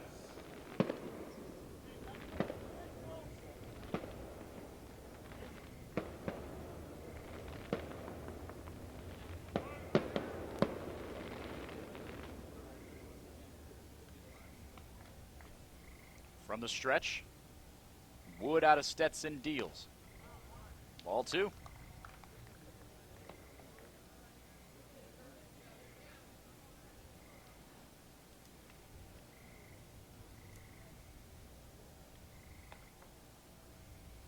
Looks in for his sign from Driscoll. Now Wood set. 2 on, 1 out for Wareham. Driscoll sets up outside the 2-1. Inside 3-1. Got to be real careful here. A mistake moves the game-winning run to third. Best case scenario, you go to the 11th with a double play. Worst case scenario, the all-star starting outfielder for the West Division in Jeremy Idens sends the Gatemen home happy. The 3-1 pitch. Inside, he lost him. The bases are loaded. Victory 90 feet away for Wareham. Here comes Jacob Goldfarb. The left fielder, number 45, Jacob Goldfarb from Oregon. After surrendering just one walk in the first 7 innings of work, the Harwich pitching staff has now, including the intentional walk, surrendered 5 in just the last inning in the 3rd. Infield is in. Goldfarb takes ball 1 outside. Jacob Goldfarb, the redshirt junior from Oregon, 0 for 2. Ground out, fly out, walk, hit by pitch, stolen base, and a run. The 1-0 in the dirt, it got by him. Isaac Collins is going to come in to score, and the Gatemen win it. Walk-off wild pitch.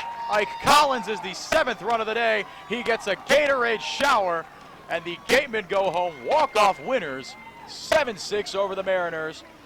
On Sunday night, before everyone gets an off day tomorrow, a chance to rest everyone's bats, legs, arms, and pulses after this one. 7-6 Wareham. They move it to 1-2 on fireworks. 11-4 at home, 18-11-1 on the year, 2-1 against Harwich, and 4th walk-off win of the year for Wareham. With 1 out in the 9th, Harwich was up 6-2 with the bases loaded. Nasty situation to be sure, but then Luke Roscom, boy oh boy, what a huge hit. Bases clearing double to tie the ball game. After Ryan Kreidler was walked with the bases loaded to make it 6-3, the bases were wiped clean by the Nebraska Cornhusker. Almost assuredly going to be our player of the game on the Gatemen YouTube channel. But my goodness, what a win for them. And Isaac Collins at third base singled his way on, came in to score on the wild pitch. 7-6 is your final. Gatemen bounce back from a loss to Falmouth. As the meetings are held in right and left field respectively. I think that was Luke Roscom. Snuck up behind Isaac Collins and dumped the rest of the Gatorade on him. Collins scores the game-winning run. Luke Roscom with a big 3 RBI double. Late inning heroics for Wareham. What a game. Back and forth affair here at Wareham. Again, your final before I sign off from WCTV. Wareham 7, Harwich 6. Thanks for tuning into this presentation of Wareham Gatemen Baseball on WCTV. Again, my name's been Henrique Demore. Thank you to everyone involved in this broadcast, camera guys, studio producers, and the works. Fantastic crew as always here for WCTV. Again, my name's been Henrique Demore. 7-6 your final from Wareham. Thank you for watching and have a great rest of your Sunday night.